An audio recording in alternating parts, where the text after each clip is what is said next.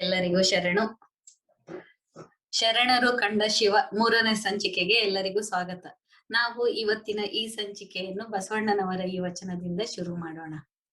ಉರಿಯೊಳಗಣ ಕರ್ಪೂರಕ್ಕೆ ಕಿರಿಯುಂಟೆ ಅಯ್ಯ, ಬಯಲ ಮರಚಿ ಜಲಕ್ಕೆ ಕೆಸರುಂಟೆ, ವಾಯುವಿನಪ್ಪಿದ ಪರಿಮಳಕ್ಕೆ ನಿರ್ಮಾಲ್ಯ ಉಂಟೆ, ನೀವು ನೆರೆವಲಿದ ಬಳಿಕ ಎನಗೆ ಭವ ಉಂಟೆ. ಕೂಡಲ ಸಂಗಮ ದೇವ, ನಿಮ್ಮ ಚರಣ ಕಮಲದೊಳಗೆನ್ನ ನಿಂಬಿಟ್ಟುಕೊಳ್ಳಯ್ಯ. The English translation: ಅಯ್ಯ, does the camphor in flame have coal? Does the water of the mirage in the wide open have mud? Does the fragrance blended with the winds have impurity? Once I get your love, I have birth cycles. Kudala Sangama Deva, keep me in the lotus petals of your feet. ಧನ್ಯವಾದಗಳು. ಈಗ ಪ್ರವೀಣ್ ಶಿವಶಂಕರ್ ಅವರು ಇವತ್ತಿನ ಈ ಸಂಚಿಕೆಯನ್ನು ಮುಂದುವರಿಸುತ್ತಾರೆ. Over to you Praveen ಅವರೇ.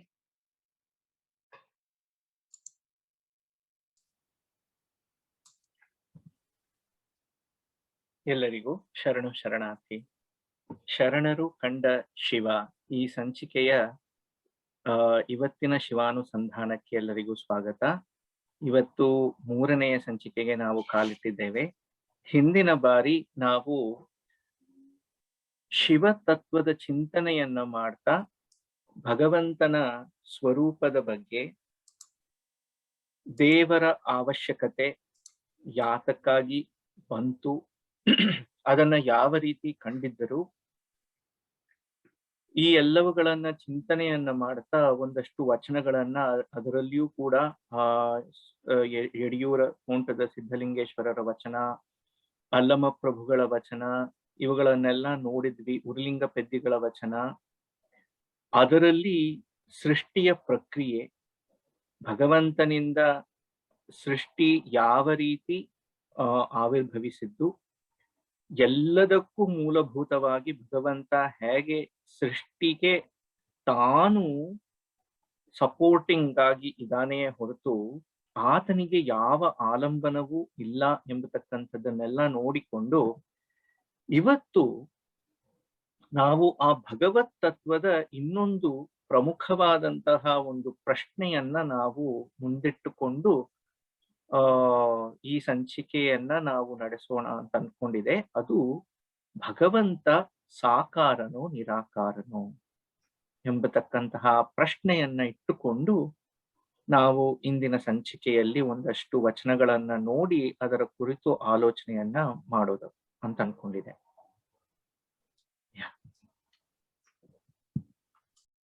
ಆ ಭಗವಂತ ನನ್ನೊಳಗಡೆನೆ ಇದ್ದಾನೆ ಅಂತಂದರೆ, ದೇವರು ಭಗವತ್ ತತ್ವ ಅಂತಂದ್ರೆ ಇನ್ನೇನು? ಕಳೆದ ಬಾರಿನೇ ನೋಡಿದ ಹಾಗೆ ಶಿವ ಮಂಗಳ ಸ್ವರೂಪಿ.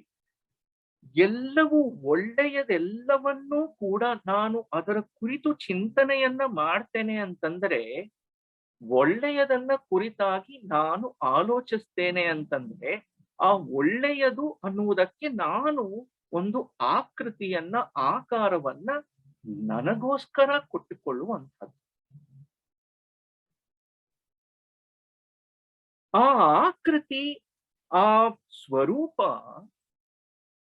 ಪ್ರತಿಯೊಬ್ಬರ ಹೃದಯಕ್ಕೂ ಮುಟ್ಟುವಂಥದ್ದಿತ್ತು ಅಂತಂದ್ರೆ ಎಲ್ಲರೂ ಅದನ್ನ ಒಪ್ಪಿಕೊಳ್ಳುತ್ತಾರೆ, ಎಲ್ಲರೂ ಅದನ್ನ ಆರಾಧಿಸ್ತಾರೆ, ಎಲ್ಲರೂ ಅದನ್ನ ಗೌರವಿಸ್ತಾರೆ.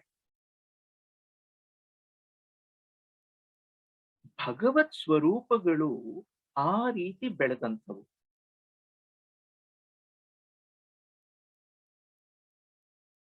ಎಲ್ಲವೂ ಆ ಶಿವನನ್ನ ನೋಡಿದ್ರೆ ಸಾಕು, ಎಷ್ಟು ತೃಪ್ತಿ ಆಗುತ್ತೆ ಮನಸ್ಸಿಗೆ. ಆ ಆಕೃತಿಯನ್ನೇ ನೋಡಿದ್ರೆ, ಸಾಮಾನ್ಯವಾಗಿ ಎಲ್ಲರೂ ಕಂಡುಕೊಂಡಿರುವಂತಹ ಆ ಶಿವನ ಸ್ವರೂಪ ಸಾಕಾರದಲ್ಲಿ ನಾವು ನೋಡುವ ಹಾಗಿತ್ತು ಅಂತಂದರೆ ಜಟೆ, ಎದ್ದು ಕಾಣಿಸುವಂಥದ್ದು ಜಟೆ. ಜಟೆಯ ಸಂಕೇತ ಏನು? ಭಗವಂತನಿಗೆ ನಾವು ಸ್ವರೂಪವನ್ನ ಕೊಟ್ಟರೆ it is always a representation of our own self. ನಮಗೆ ಏನು ಪರಿಚಿತವಾಗಿದೆಯೋ ಅದನ್ನೇ ನಾವು ಭಗವಂತನಿಗೆ ಆರೋಪಿಸಿ ಅದನ್ನ ಇನ್ನಷ್ಟು ಮತ್ತಷ್ಟು ಅಧಿಕವನ್ನಾಗಿ ಮಾಡಿ ಭಗವಂತನಿಗೆ ನಾವು ಆ ಸ್ವರೂಪವನ್ನ ಕಾಣ್ಲಿಕ್ಕೆ ಪ್ರಯತ್ನ ಪಡ್ತೇವೆ ಅಂತ ಲಾಸ್ಟ್ ಟೈಮ್ ಕೂಡ ಹೇಳಿದ್ದೆ. Our frame of reference is ourselves and my environment around me. So, ನನ್ನ ಸುತ್ತಮುತ್ತಲಿನ ನನ್ನ ಅನುಭವಕ್ಕೆ ವೇದ್ಯವಾಗಿರುವಂಥದ್ದನ್ನ ತಗೊಂಡು ನಾನು ಭಗವಂತನಿಗೆ ಆರೋಪಿಸಿ ಆತನ ಸಾಕ್ಷಾತ್ಕಾರಕ್ಕೆ ನಾನು ಪ್ರಯತ್ನಿಸ್ತೇನೆ. ಆ ಅರ್ಥದಲ್ಲಿ ನೋಡಿದ್ರೆ ಶಿವನಿಗೂ ಕೂದಲಿದೆ ಅಂತ ಅಷ್ಟೇನಾ ಲೆಕ್ಕ? ಜಟೆ ಅಂತಂದ್ರೆ ಅಷ್ಟೇ ಮಾತ್ರ ಇದೆ ಅಂತಲೇ? ನೀವು ಜಟೆಯನ್ನ ನೋಡಿದ್ರೆ ನಿಮಗೆ ಅಶ್ವತ್ಥ ವೃಕ್ಷದ ಬಿಳಲುಗಳು ಬರುತ್ತಲ್ಲ, ಅದರ ಅನುಭವ ನಿಮಗೆ ಸಿಗಬಹುದು. ಅಂದರೆ ಯಾವ ರೀತಿ ಮೂಲತಃವಾಗಿರ್ತಕ್ಕಂತಹ ಸೃಷ್ಟಿ ಹೇಗೆ ಬಿಳಲನ್ನ ಬಿಟ್ಟುಕೊಂಡು ಅಗಾಧವಾಗಿ ಪಸರಿಸುತ್ತೋ ಆ ರೀತಿ ಇಡೀ ಸೃಷ್ಟಿಯೇ ಆತನ ಜಟೆ ಅಂತ ನೋಡೋ ಹಾಗಿತ್ತು. ಅಥವಾ ಯಾವ ರೀತಿ ಜ್ಞಾನ ಅಗಾಧವಾಗಿ ಬೆಳೆದು ಬೆಳೆದು ಬೆಳೆದು ಅದಕ್ಕೆ ಆ ಅಶ್ವತ್ಥ ವೃಕ್ಷ ಪೂರ್ತಿ ಚೆನ್ನಾಗಿ, ಈ ಆಲದ ಮರ, ಬೆಂಗಳೂರಲ್ಲಿ ದೊಡ್ಡಾಲದ ಮರ ಅಂತ ಒಂದು ಜಾಗ ಇದೆ, ನೀವು ನೋಡಿದ್ರೆ ಅಲ್ಲಿ ಯಾವುದು ಒರಿಜಿನಲ್ ಮರ ಯಾವುದು ನಂತರದ ಮರ ಯಾವುದು ಗೊತ್ತಾಗದೆ ಇರುವಷ್ಟು ರೀತಿನಲ್ಲಿ ಎಲ್ಲಾ ಕಡೆ ಹರಡ್ಕೊಂಡಿರುವಂತದ್ದು. Of course now they have shown which is like the original trunk of the tree ಅಂತ ಅಂದ್ಬಿಟ್ಟು, ಅದು ಕೂಡ ಪ್ರಾಬಬ್ಲಿ ಏನೋ ಆಗಿ ಬಿದ್ದೋಯ್ತೋ ಏನೋ, ಅದಕ್ಕೂ ಏನೋ ಆಗಿರ್ಬೇಕು. ಬಟ್ ಜ್ಞಾನ ಅಗಾಧವಾಗಿರುವಂಥದ್ದು. ಆ ಇಡೀ ಜ್ಞಾನದ ಸಂಕೇತವೇ ಶಿವನ ಜಟೆ. ಹಾಗಾಗಿನೇ ಆ ಜಟೆಯ ಮೇಲಿಂದ ಗಂಗೆ ಬಂದರೆ ಅಷ್ಟು ಪರಮ ಪವಿತ್ರತೆ ಗಂಗೆಗೆ ಬರುವಂತಹದ್ದು.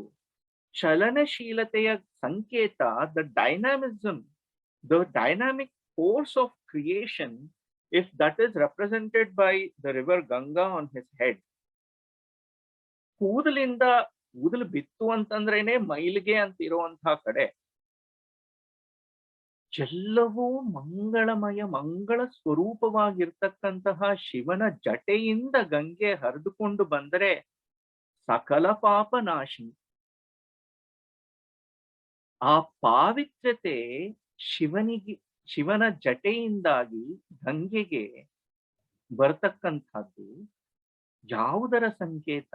ಜ್ಞಾನದ ಸಂಕೇತ. ಎಲ್ಲ ಪಾಪಗಳನ್ನ, ಎಲ್ಲ ಕಲ್ಮಶಗಳನ್ನ ಯಾವುದು ತೊಳೆಯುತ್ತೆ? ಜ್ಞಾನ ತೊಳೆಯುತ್ತೆ. Every confusion, every confounding, anything that you are afraid of, you are confused of, you are not able to understand, for everything the ultimate medicine is knowledge. ಯಾವುದು ನಮಗೆ ಅರ್ಥವಾಗಿದೆಯೋ ಆ ಅರ್ಥವಾಗಿರುವುದರ ಬಗ್ಗೆ ನಮ್ಮಲ್ಲಿ ಭಯ ಇರುವಂಥದ್ದಲ್ಲ. ಯಾವ್ದು ಅರ್ಥ ಆಗೋದಿಲ್ವೋ ಅದನ್ನ ಕುರಿತು ಭಯ ಇರುತ್ತೆ, ಸಂದೇಹ ಇರುತ್ತೆ, ನಾವು ಅದನ್ನ ಅವಾಯ್ಡ್ ಮಾಡ್ಲಿಕ್ಕೆ ಟ್ರೈ ಮಾಡ್ತೇವೆ. ಅರ್ಥ ಆಗೋದಿಲ್ವಲ್ಲ, ಸೊ ಅದಕ್ಕೆ ನಾವು ನಮಗೆ ಏನೇನೋ ಭಗವಂತನನ್ನು ಕೂಡ ಹಾಗೆ ನೋಡಿದ್ರೆ ದೇವರ ಬಗ್ಗೆ ಎಷ್ಟೋ ಜನಕ್ಕೆ ಭಯ. ಯಾಕೆ? ಅರ್ಥ ಆಗೋದಿಲ್ಲ, ಅದಕ್ಕೋಸ್ಕರ ಭಯ. ಅರ್ಥ ಆಗೋದ್ಮೇಲೆ ಏನ್ ಭಯ? ಅರ್ಥ ಆಗೋದಿಲ್ಲ ಅಂತ ಅಂದ್ಬಿಟ್ಟು ಇಲ್ಲ ಬಿಟ್ಬಿಡ್ತೇವೆ, we don't care about it at all, are we are so confused about it ಅಂತಂದ್ರೆ we try to kind of like ಭಯದಿಂದಾಗಿ ವಿ ಫಾಲೋ ಸರ್ಟೈನ್ ಥಿಂಗ್ಸ್. ಅಯ್ಯೋ ಹೀಗೆಲ್ಲ ಹೇಳಬಾರ್ದು, ದೇವ್ರೇನೋ ಶಾಪ ಕೊಟ್ಬಿಡ್ತಾನೆ, ದೇವ್ರೇನೋ ಮಾಡ್ಬಿಡ್ತಾನೆ, ನೀ ಹೀಗಂತಲ್ಲ, ಹೀಗೆಲ್ಲ ಹೇಳೋದ ದೇವ್ರ ಬಗ್ಗೆ. ಭಯ ಮೂಲದಲ್ಲಿ ಇರುವಂತದ್ದು ಯಾವಾಗಲೂ ಆ ಅಜ್ಞಾನ. ಅದೆಲ್ಲವನ್ನ ಕರಗಿಸಬೇಕು ಅಂತಂದ್ರೆ ಜ್ಞಾನದ ಅವಶ್ಯಕತೆ ಉಂಟು. ಚಲನಶೀಲವಾಗಿರುವಂತಹ ತತ್ವ ಜ್ಞಾನದ ಮುಖೇನ ಹರಿದು ಬಂದರೆ, anything that is dynamic, if it is flowing through knowledge, it becomes cleansing.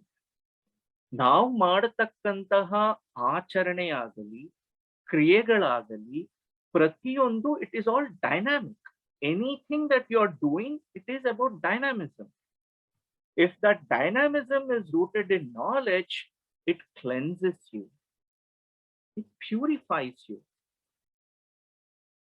ಅದರ ಸಂಕೇತವಾಗಿ ಇರುವಂತಹ ಆ ಗಂಗೆ ಆ ಜಟೆಯಿಂದ ಇಳಿದು ಬಂದರೂ ಕೂಡ ಅಷ್ಟು ಪರಮ ಪವಿತ್ರತಮವಾಗಿರುವಂತಹ ಸಂಕೇತ ಅದು. ಇನ್ನು ಆ ಜಟೆಯಲ್ಲಿ ಮಿನುಗುತ್ತಾ ಇರುವಂತಹ ಆ ಬಾಲೇಂದು ಚಂದ್ರಶೇಖರ, ಚಂದ್ರಧರ, ಶಶಿಧರ, ಏನೆಲ್ಲ ಹೆಸರುಗಳು. ಆ ಚಂದ್ರನಿಗೆ ಉಬ್ಬು ಕುಗ್ಗು ಎರಡೂ ಇಲ್ಲ, ಬಾಲೇಂದು 16 ಕಲೆಗಳು ಚಂದ್ರನಿಗೆ. ಆ ಶಿವನ ಜಟೆಯಲ್ಲಿ ಹಣೆಯಲ್ಲಿ ರಾರಾಜಿಸ್ತಾ ಇರತಕ್ಕಂತಹ ಆ ಚಂದ್ರನಿಗೆ ಅವನು ಉಬ್ಬಿ ಪೂರ್ಣ ಚಂದ್ರನೂ ಆಗುವುದಿಲ್ಲ, ಕುಗ್ಗಿ ಅಮಾವಾಸ್ಯೆಯ ಚಂದ್ರನೂ ಆಗುವುದಿಲ್ಲ. ಸದಾಕಾಲ ಬಾಲೇಂದುವಾಗಿಯೇ ಇರುವಂಥವನು. ಅದು ಯಾವುದರ ಸಂಕೇತ?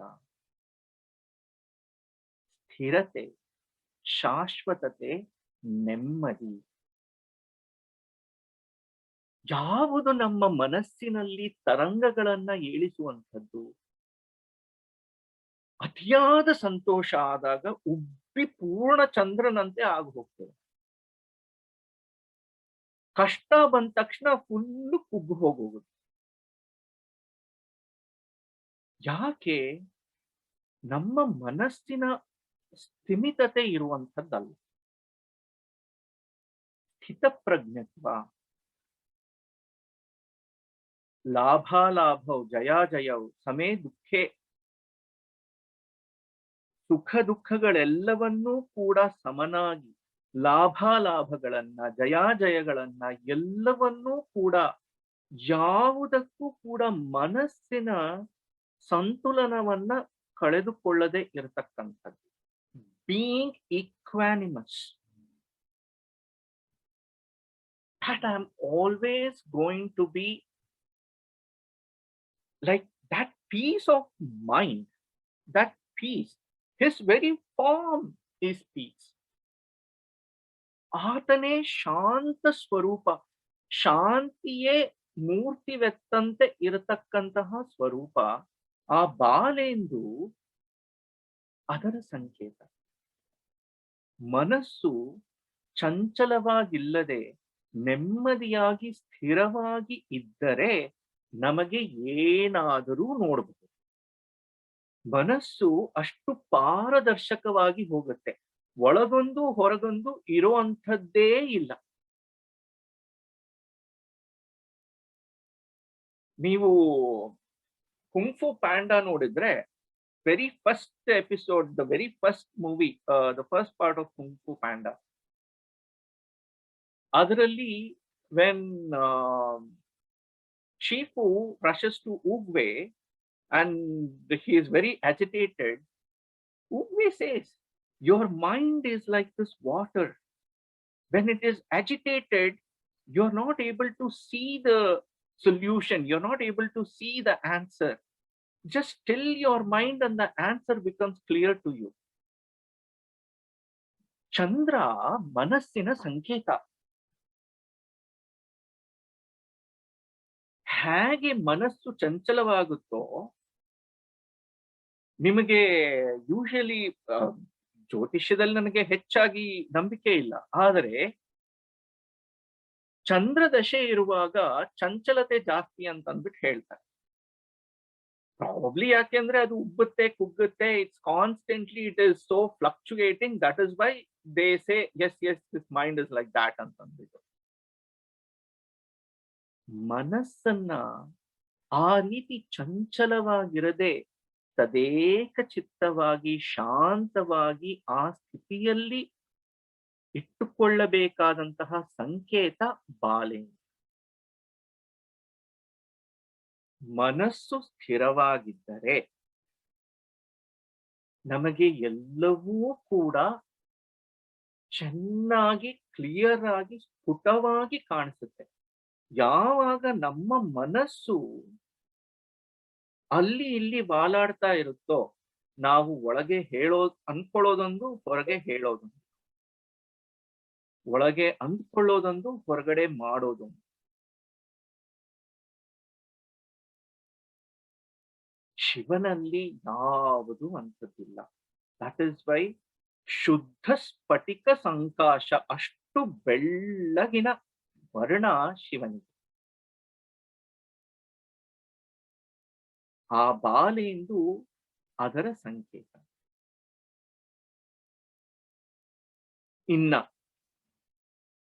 ಇನ್ನೇನುಂಟು ಮತ್ತೆ ಕಾಣಿಸುವಂಥದ್ದು? 3 ಕಣ್ಣುಗಳು, ವಿರೂಪಾಕ್ಷ, ತ್ರಿನೇತ್ರ. ಅದನ್ನ ಏನಂತ ಅನ್ಕೊಳ್ಬೇಕು? ಭಗವಂತನ ಸರ್ವಜ್ಞತ್ವ, ಭೂತ ಭವಿಷ್ಯತ್ ವರ್ತಮಾನಗಳೆಲ್ಲವನ್ನೂ ಕೂಡ ಪರಮಾತ್ಮ ಸ್ಥಾಯಿ ಭಾವದಿಂದ ಸಾಕ್ಷಿಯಾಗಿ ನೋಡ್ತಾ ಇರ್ತಾನೆ ಅಷ್ಟೆ. ಆ ಸಾಕ್ಷಿ ಭಾವದಿಂದ ನೋಡ್ತಾ ಇರುವುದರಿಂದಾಗಿ ಮನಸ್ಸಿನಲ್ಲಿ ತುಮುಲಗಳಿಲ್ಲ, ಯಾವ ಉದ್ವೇಗಗಳು ಇಲ್ಲ.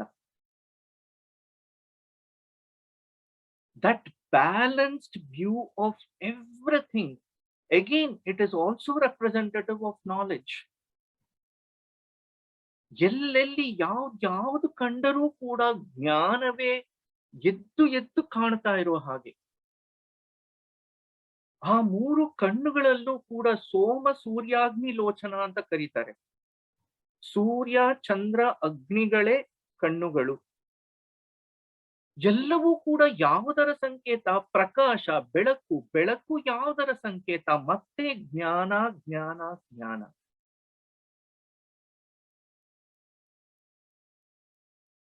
ಪೂರ್ತಿ ಕತ್ತಲಿತ್ತು ಅಂತಂದ್ರೆ ಏನು ಡೌಟ್ ಇಲ್ಲ, ಯಾಕಂದ್ರೆ ಏನು ಕಾಣಿಸ್ತಿಲ್ಲ. ಪೂರ್ತಿ ಬೆಳಕಿತ್ತು ಅಂತಂದ್ರೆ ಆಗಲೂ ಎಲ್ಲ ಚೆನ್ನಾಗಿ ಕಾಣಿಸ್ತಾ ಇದೆ, ಅಲ್ಲೂ ಏನು ಡೌಟ್ ಇಲ್ಲ. ಈ ಅರ್ಧಂಬರ್ಧ ಬೆಳಕಿರುತ್ತಲ್ಲ, ಅಲ್ಲೇ ಯಾವಾಗ್ಲೂ ಡೌಟು. ಅದು ಹಗ್ಗವೋ ಹಾವೋ,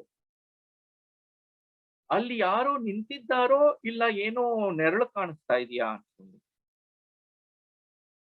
ಕನ್ಫ್ಯೂಷನ್ ಆಲ್ವೇಸ್ ಅಪಿಯರ್ಸ್ ಇನ್ ದೋಸ್ ಆಸ್ಪೆಕ್ಟ್ಸ್.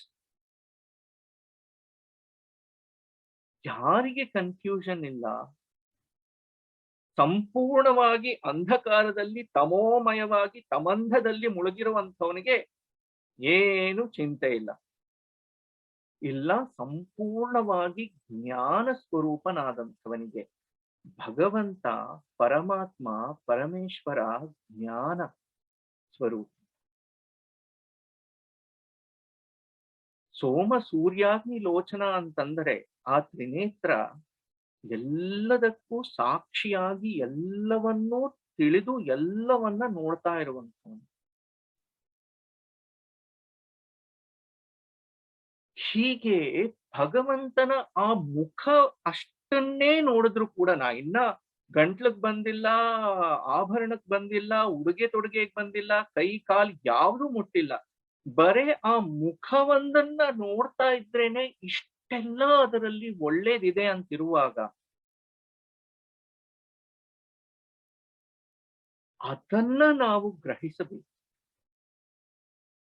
ಯಾವುದೇ ಸಾಕಾರದ ಹಿಂದಿನ ತತ್ವವನ್ನ ಕುರಿತು ಚಿಂತನೆಯನ್ನ ಮಾಡುವುದು ಜಪ ತಪ ಇದೆಲ್ಲದರ ಉದ್ದೇಶ. ಶಿವನನ್ನ ಕುರಿತು ಜಪಿಸ್ತೇನೆ, ಪಂಚಾಕ್ಷರಿಯೋ ಷಡಕ್ಷರಿಯೋ ನಾ ಜಪ ಮಾಡ್ತಿದ್ದೇನೆ ಅಂತಂದ್ರೆ ನನ್ನ ಮನಸ್ಸಿನಲ್ಲಿ ಪ್ರತಿಯೊಂದು ಬಾರಿ ಶಿವ ಅಂತ ಹೇಳಿದಾಗ ಆ ಸ್ವರೂಪ ಕಣ್ಣು ಮುಂದೆ ಬರುತ್ತಾ, ಆ ಸ್ವರೂಪದ ಹಿಂದಿರತಕ್ಕಂತಹ ಆ ದ್ಯೋತಕ ಆ ತತ್ವ ಏನಿದೆ ಅದು ನನ್ನ ಮನಸ್ಸಿಗೆ ಸ್ಫುರಣೆಯಾಗುತ್ತಾ, ಆ ಶಾಂತ ಚಿತ್ತತೆ, ಆ ಜ್ಞಾನ, ಆ ಜ್ಞಾನದ ಬಗೆಗಿನ ಗೌರವ, ಆ ಜ್ಞಾನದ ಬಗೆಗಿನ ತುಮುಲತೆ, ಮುಮುಕ್ಷತ್ವ ಅದು ಪ್ರತಿ ಬಾರಿ ನನ್ನ ಮನಸ್ಸಿಗೆ ಬರ್ತಾ ಇರುತ್ತ. ಕೋಪ ಬಂದಾಗ, ಅತಿಯಾಗಿ ಸಂತೋಷವಾದಾಗ, ದುಃಖವಾದಾಗ ಆ ಬಾಲೇಂದು ಶೇಖರನ ನೆನಪು ಆಗುತ್ತಾ, ಏನಾದರೂ ಕೂಡ ಎಲ್ಲವನ್ನ ಒಪ್ಕೊಳ್ತಾನಲ್ಲ, ಎಲ್ಲವನ್ನ ತಗೊಳ್ತಾನಲ್ಲ, ಆ ರೀತಿಯಾದಂತಹ ಒಂದು ಸ್ಥಿತಪ್ರಜ್ಞತೆ ನನ್ನಲ್ಲಿ ಬರುತ್ತಾ. ಕಷ್ಟ. Idealism is always about something that is extremely hard to achieve. But we set a target like that because if I am not even going to aim for that, how am I even going to improve? ಚಿಕ್ಕನ್ನಲ್ಲಿ ನಮ್ಗೆ ಯಾವಾಗ್ಲೂ ಅದನ್ನೇ ತಾನೇ ಹೇಳೋದು. ಅಟ್ಟಕ್ಕೆ ಹಾರದೆ ಇದ್ದೋನು ಹೊಸ್ತಲನ್ನ ಹಾರ್ತಾನ.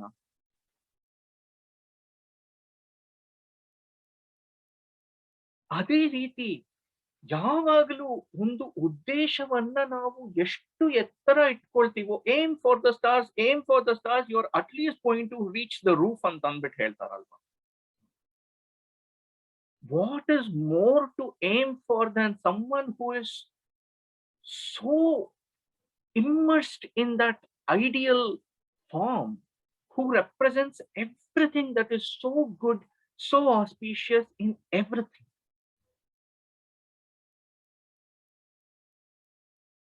ರೂಪದ ಹಿಂದಿನ ಸ್ವರೂಪ, ಆ ತತ್ವ ಇಂಥದ್ದು. ಅದನ್ನ ಕುರಿತು ಯೋಚನೆ ಮಾಡಿದ್ರೆ ಅಷ್ಟರ ಮಟ್ಟಿಗಾದರೂ ನಮ್ಮ ಒಳಗಡೆ ಇಂದಾನೆ ಈ ಎಲ್ಲ ಭಾವಗಳು, ಈ ಎಲ್ಲ ಗುಣಗಳು ಕೂಡ ಸ್ಫುರಿಸೋದಕ್ಕೆ ಶುರುವಾಗತ್ತೆ. ಆ ಒಂದು ಗೋಲನ್ನ ಇಟ್ಟುಕೊಂಡಾಗ ಅದಕ್ಕೆ ಬೇಕಾಗಿರುವಂತಹ ಸಾಮರ್ಥ್ಯ ಮನಸ್ಸಿನಲ್ಲಿ ಮೂಡಲಿಕ್ಕೆ ಶುರುವಾಗುತ್ತೆ. ಆಗ ನೆಕ್ಸ್ಟ್ ಟೈಮ್ ಏನೋ ಒಂದು ಕಷ್ಟ ಬಂತು ಅಂತಂದ್ರೆ ಅಷ್ಟು ದೇವತೆಗಳು ಎಲ್ಲರಿಗೂ ಕೂಡ ಅಮೃತವನ್ನ ಕೊಟ್ಟು ಶಿವ ಒಬ್ಬ ವಿಷ ಕುಡಿದ್ನಲ್ಲ. ನನ್ನ ಮನೆಯವ್ರಿಗೆಲ್ಲರಿಗೂ ಕೂಡ ಸಂತೋಷವಾಗ್ತಾ ಇದ್ರೆ ನಾವೊಬ್ಬ ಅವರ ಸಂತೋಷಕ್ಕೋಸ್ಕರ ಒಂದ್ ಸ್ವಲ್ಪ ಕಷ್ಟಪಟ್ರೆ ಏನು ಕಳ್ಕೊಳ್ಳೋದಿಲ್ಲ ಅನ್ನುವಂತಹ ಆ ಪರಿಪಕ್ವತೆ ಮನಸ್ಸಿನಲ್ಲಿ ಬಂದರೆ ಅದು ಆ ಶಿವನ ಕುರಿತಾದಂತಹ ಚಿಂತನೆಯ ಫಲ.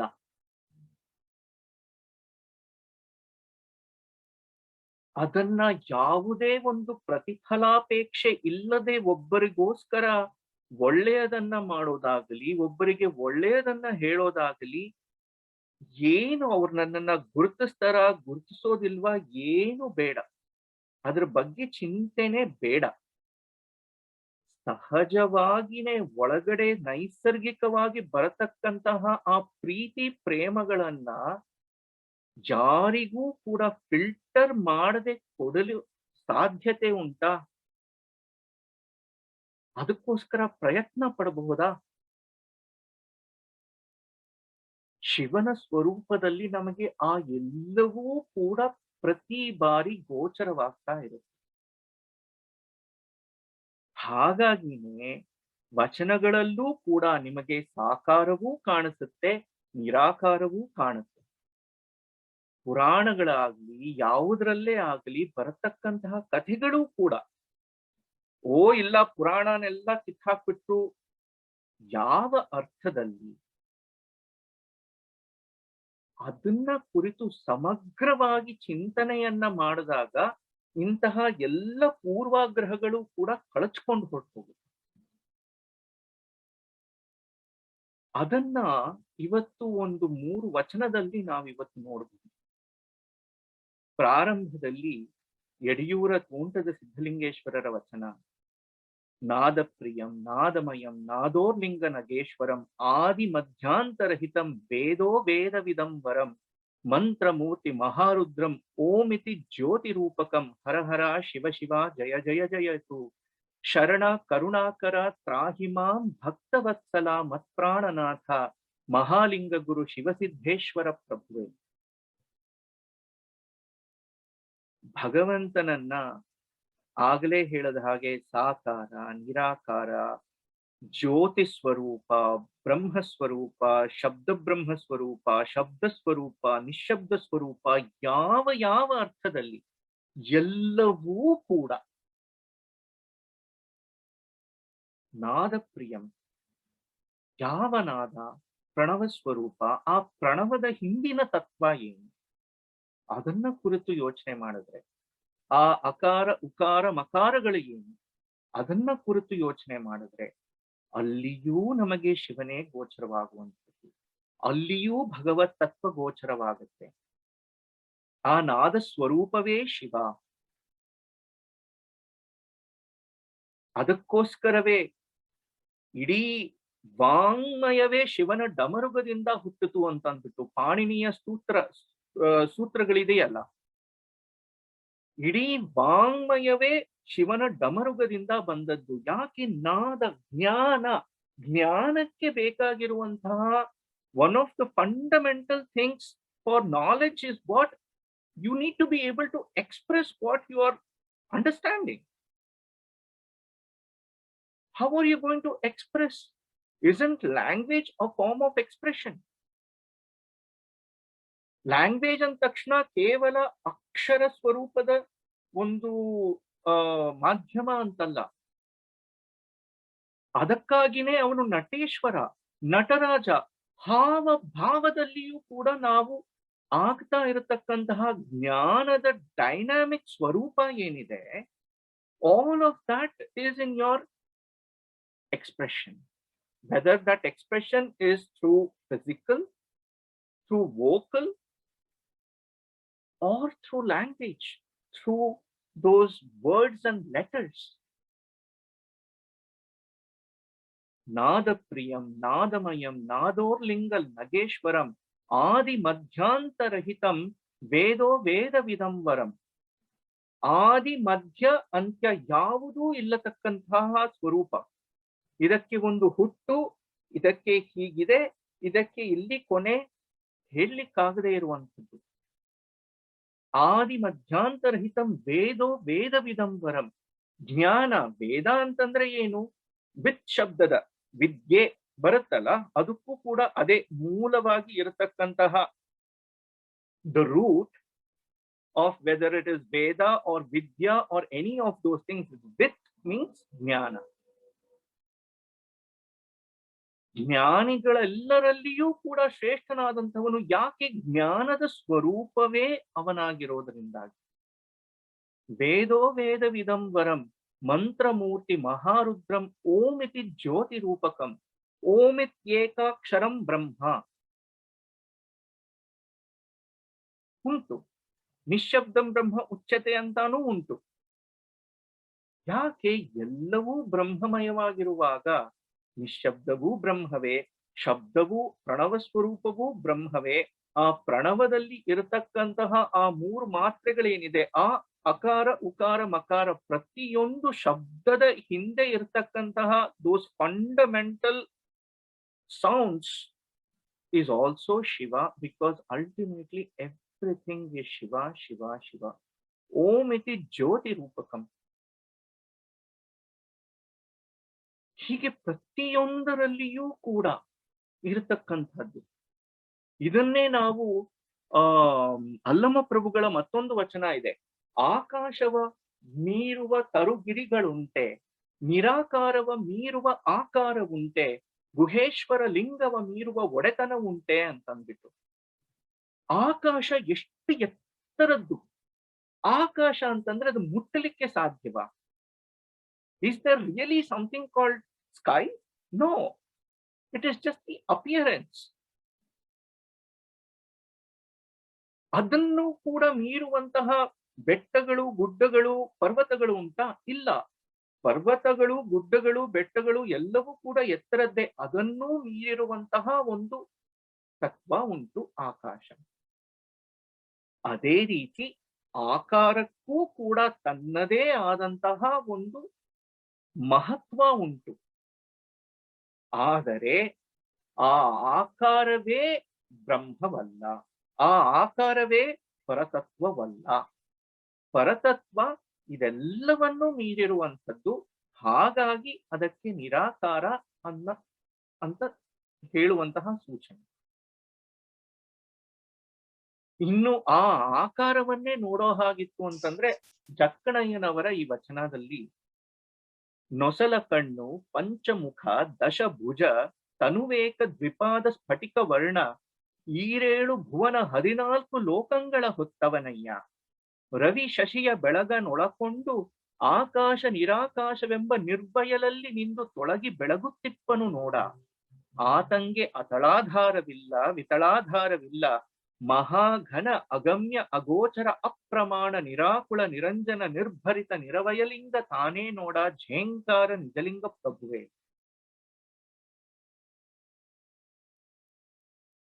ಆ ಶಿವನ ಸಾಕಾರ ನಿರಾಕಾರ ಎರಡೂ ಸ್ವರೂಪಗಳಿಗೆ ಈ ವಚನದಲ್ಲಿ ಅವರು ಮಾನ್ಯತೆಯನ್ನ ಕೊಟ್ಬಿಡ್ತಾರೆ.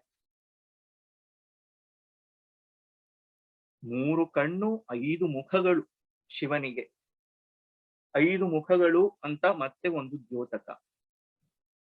ಅಘೋರ, ಅಘೋರ, ತತ್ಪುರುಷ, ವಾಮದೇವ, ಈಶಾನ, ಸದ್ಯೋಜಾತ, 5 ಶಿವನ ಮುಖಗಳಿಗೆ ಹೆಸರುಗಳು. ಎಲ್ಲ ಪಂಚಭೂತಗಳೂ ಕೂಡ ಅದರಿಂದ ಬಂದದ್ದು ಎಂಬತಕ್ಕಂತಹ ಪ್ರತೀಕ. ಎಲ್ಲವೂ ಸೃಷ್ಟಿಯೆಲ್ಲವೂ ಶಿವನಿಂದ ಬಂದದ್ದು ಎಂಬತಕ್ಕಂತಹ ರೀತಿನಲ್ಲಿ. ದಶಭುಜ, ತನುವೇಕ ದ್ವಿಪಾದ ಸ್ಫಟಿಕ ವರ್ಣ, ಶುದ್ಧ ಸ್ಫಟಿಕ ಸಂಕಾಶ ಅಂತ ಆಗ್ಲೇ ಹೇಳಿದ್ನಲ್ಲ. ಈರೇಳು ಭುವನ 14 ಲೋಕಗಳ ಹೊತ್ತವನಯ್ಯ, ಎಲ್ಲದಕ್ಕೂ ಕೂಡ ಆಧಾರಭೂತವಾಗಿರ್ತಕ್ಕಂಥವನು. ರವಿ ಶಶಿಯ ಬೆಳಗನೊಳಕೊಂಡು ಆಕಾಶ ನಿರಾಕಾಶವೆಂಬ ನಿರ್ಭಯಲಲ್ಲಿ ನಿಂದು ತೊಳಗಿ ಬೆಳಗುತ್ತಿಪ್ಪನು ನೋಡ. ಎಲ್ಲಕ್ಕೂ ಕೂಡ ಜ್ಯೋತಿರ್ಮಯವಾಗಿರ್ತಕ್ಕಂತಹ, ಎಲ್ಲಕ್ಕೂ ಬರತಕ್ಕಂತಹ ಪ್ರಕಾಶ ಆತನಿಂದ. ಅವನಿಗೆ ಯಾವುದರಿಂದಲೂ ಕೂಡ ಪ್ರಕಾಶ ಬರುವಂಥದ್ದಲ್ಲ. ತಾನೇ ಸ್ವಯಂ ಪ್ರಕಾಶವಾಗಿರ್ತಕ್ಕಂಥವನು. ಆಕಾಶವೇ ನಿರಾಕಾಶವೇ, ಅಬ್ಸಲ್ಯೂಟ್ ಸ್ಪೇಸ್. ಅಲ್ಲಿ ಅದೇ ಆಗಿರ್ತಕ್ಕಂಥವನು. ಅಂಥವನಿಗೆ ಆಧಾರವಾಗಿರುವಂಥದ್ದು ಯಾವುದು? ಅತಳಾಧಾರವಿಲ್ಲ, ವಿತಳಾಧಾರವಿಲ್ಲ. ಸಪ್ತ ಅಧೋಲೋಕಗಳು ಅಂತಂದ್ಬಿಟ್ಟು ಯಾವುದು ನನ್ ಆಫ್ ದೋಸ್ ಕ್ಯಾನ್ ಬೇರ್ ಹಿಮ್.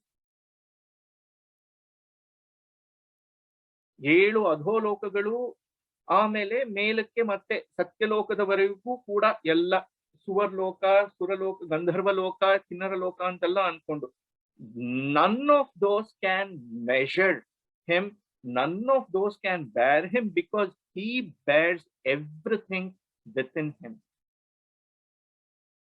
ಮಹಾಘನ ಅಗಮ್ಯ ಅಗೋಚರ ಅಪ್ರಮಾಣ.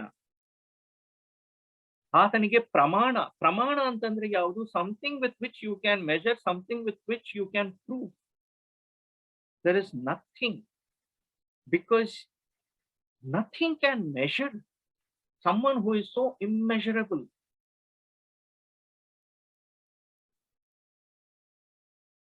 ನಿರಾಕುಳ, ನಿರಂಜನ, ನಿರ್ಭರಿತ, ಇದನ್ನೆಲ್ಲವನ್ನ ನಾವು ಮೊದಲನೆಯ ಯಡಿಯೂರು ಸಿದ್ಧಲಿಂಗೇಶ್ವರರ ವಚನವನ್ನೇ ನಾವು ತಗೊಂಡಿದ್ದಾಗ ಇವನ್ನೆಲ್ಲ ನೋಡಿದ್ವಿ. ನಿರವಯಲಿಂಗ ತಾನೇ ನೋಡ ಝೇಂಕಾರ ನಿಜಲಿಂಗ ಪ್ರಭುವೆ. ಇಂತಹ ಶಿವನನ್ನ ಕುರಿತು ಶಿವನೇ ಜಗತ್ರಯ ಕೊಡೆಯನೆಂದುದು ವೇದ, ಉತ್ಪತ್ತಿ ಸ್ಥಿತಿ ಲಯ ಕಾರಣನೆಂದುದು ವೇದ, ಈಶ ಸರ್ವಸ್ಯ ಜಗತಃ ಪ್ರಭು ಪ್ರೀಣಾತಿ ವಿಶ್ವಭುಕ್ಕೆಂದುದು ಶ್ರುತಿ. ಇದು ಕಾರಣ ಕೂಡಲ ಸಂಗಮ ದೇವನೊಬ್ಬನೇ ದೇವನು. ವೇದಾನ ಹೀಗ್ ಬೈದ್ರು, ಹಾಗ್ ಬೈದ್ರು, ಹಂಗಿಂದ್ರು, ಹೀಗಂದ್ರು ಎಲ್ಲ ಅಂಥದ್ದನ್ನೇ ತಗೊಂಡ್ ನೋಡಿದ್ರೆ ಇದು ಕೂಡ ಬಸವಣ್ಣವರೇ ಹೇಳಿರುವಂಥದ್ದಲ್ವಾ? ನಿಜ, ಬಸವಣ್ಣನವರದೇನೆ ವೇದಕ್ಕೆ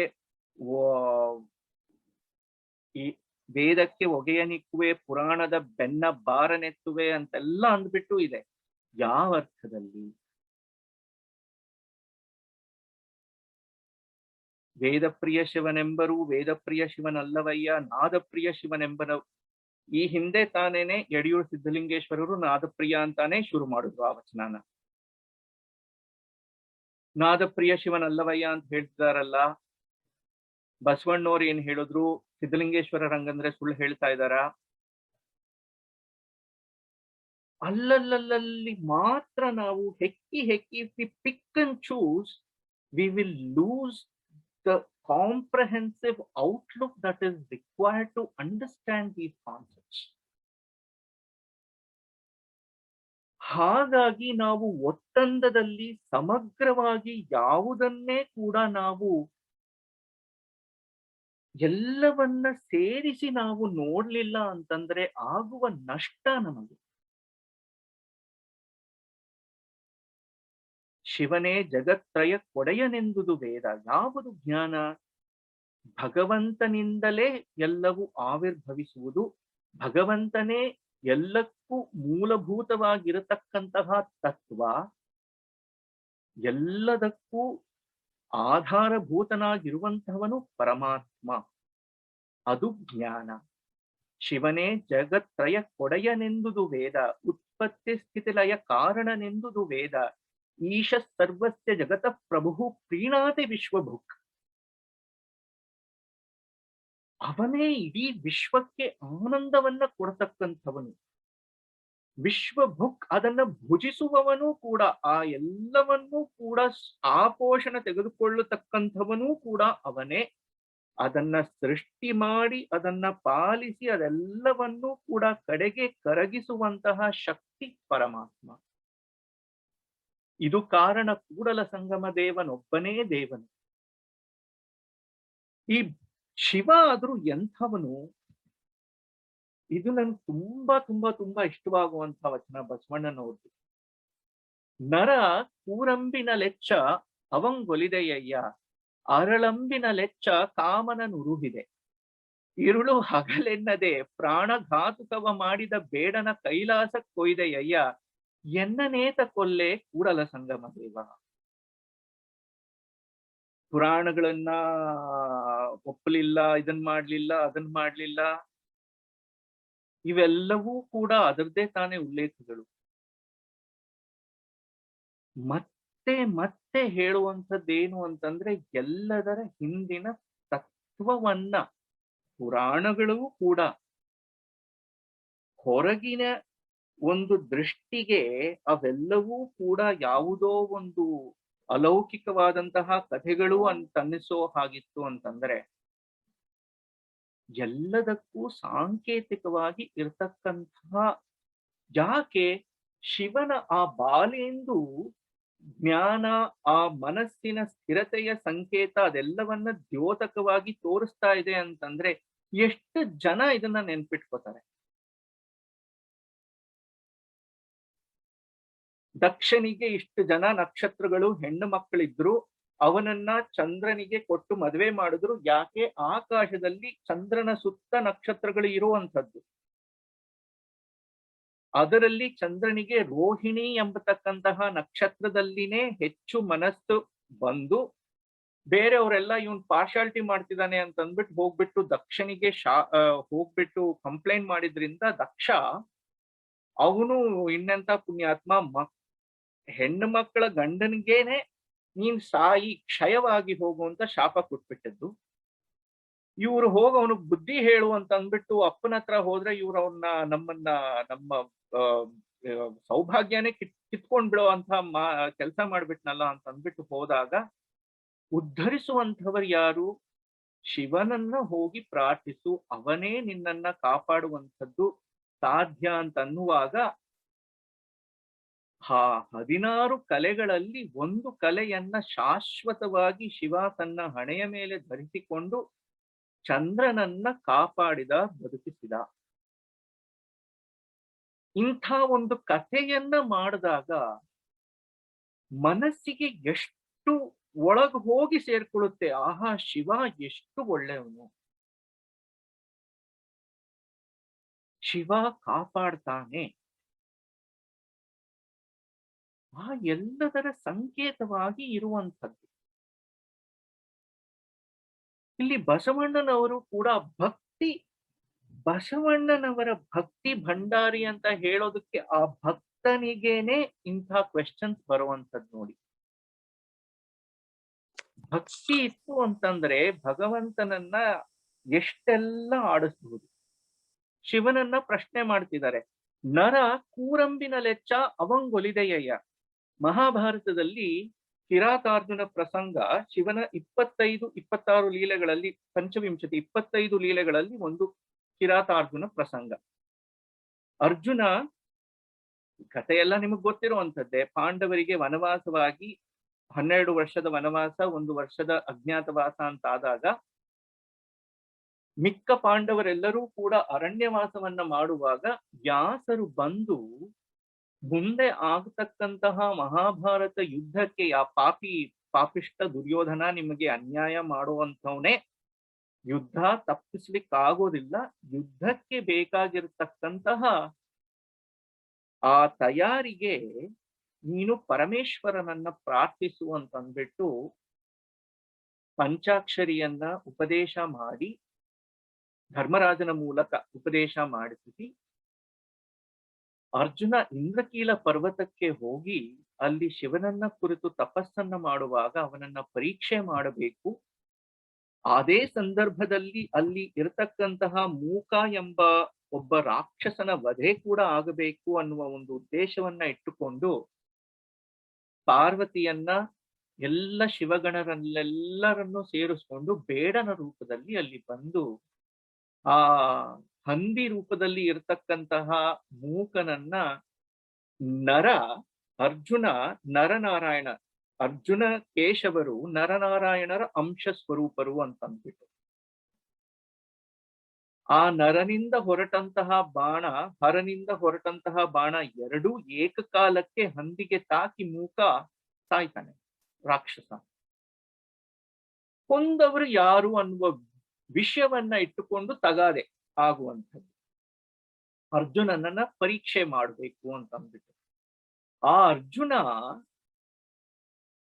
ಶಿವ ಅಂತ ಗೊತ್ತಿಲ್ಲ, ಯಾವನೋ ಬೇಡ, ನೀನ್ ಬಂದಿದೀಯ, ನಿನಗೇನ್ ಗೊತ್ತು, ನಾನ್ ಎಂತವನು, ನಾನ್ ಯಾರು, ನಿನಗೇನ್ ಗೊತ್ತು, ನಾನ್ ಅರ್ಜುನ ಮಧ್ಯಮ ಪಾಂಡವ, ನಾನ್ ಬಿಟ್ರೆ ಬಾಣ ಎಲ್ಲೆಲ್ಲಿ ಹೋಗುತ್ತೆ, ಏನೇನ್ ಮಾಡ್ಬಿಡುತ್ತೆ, ಎಲ್ಲಾರು ಚಿಂದಿ ಉಡಾಯಿಸ್ಬಿಡುತ್ತೆ, ದೇವತೆಗಳು ಕೂಡ ನನ್ ಮುಂದೆ ಏನು ಅಲ್ಲ ಅನ್ನತಕ್ಕಂಥ ಆ ಎಲ್ಲ ಗರ್ಭವನ್ನೂ ಕೂಡ ಪುಡಿ ಪುಡಿ ಪುಡಿ ಪುಡಿ ಮಾಡಿಬಿಡುವಂತ ಶಿವ.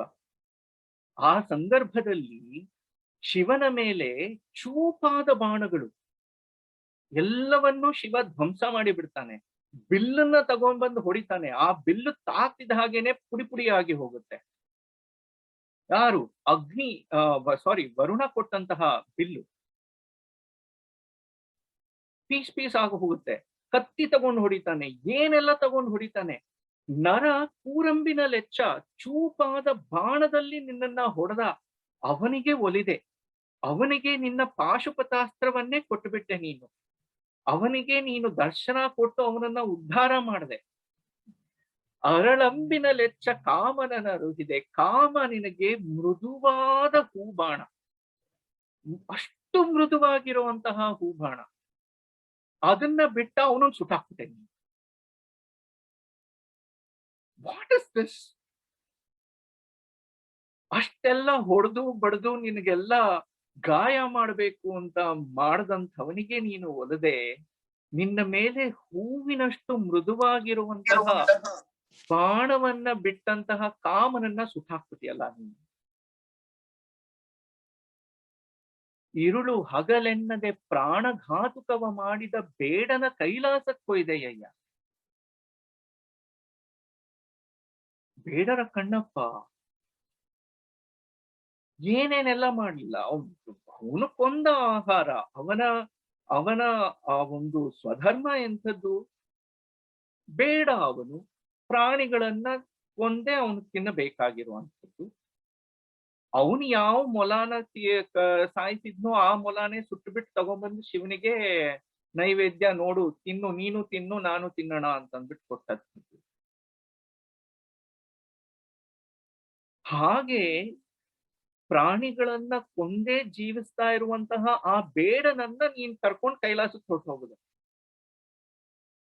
ಎನ್ನನೇತ ಕೊಲ್ಲೆ ಕೂಡಲ ಸಂಗಮ ದೇವ, ನಾನ್ ಏನ್ ಮಾಡಿದ್ದೀನಿ? ನಾನು ಕೂಡ ಒರಟ, ಭಕ್ತಿ ಅನ್ನೋದೇನು ಗೊತ್ತಿಲ್ಲ, ನಿನ್ನನ್ನ ಒಲಿಸಿಕೊಳ್ಳೋದು ಹೇಗೆ ಅನ್ನೋದು ಗೊತ್ತಿಲ್ಲ,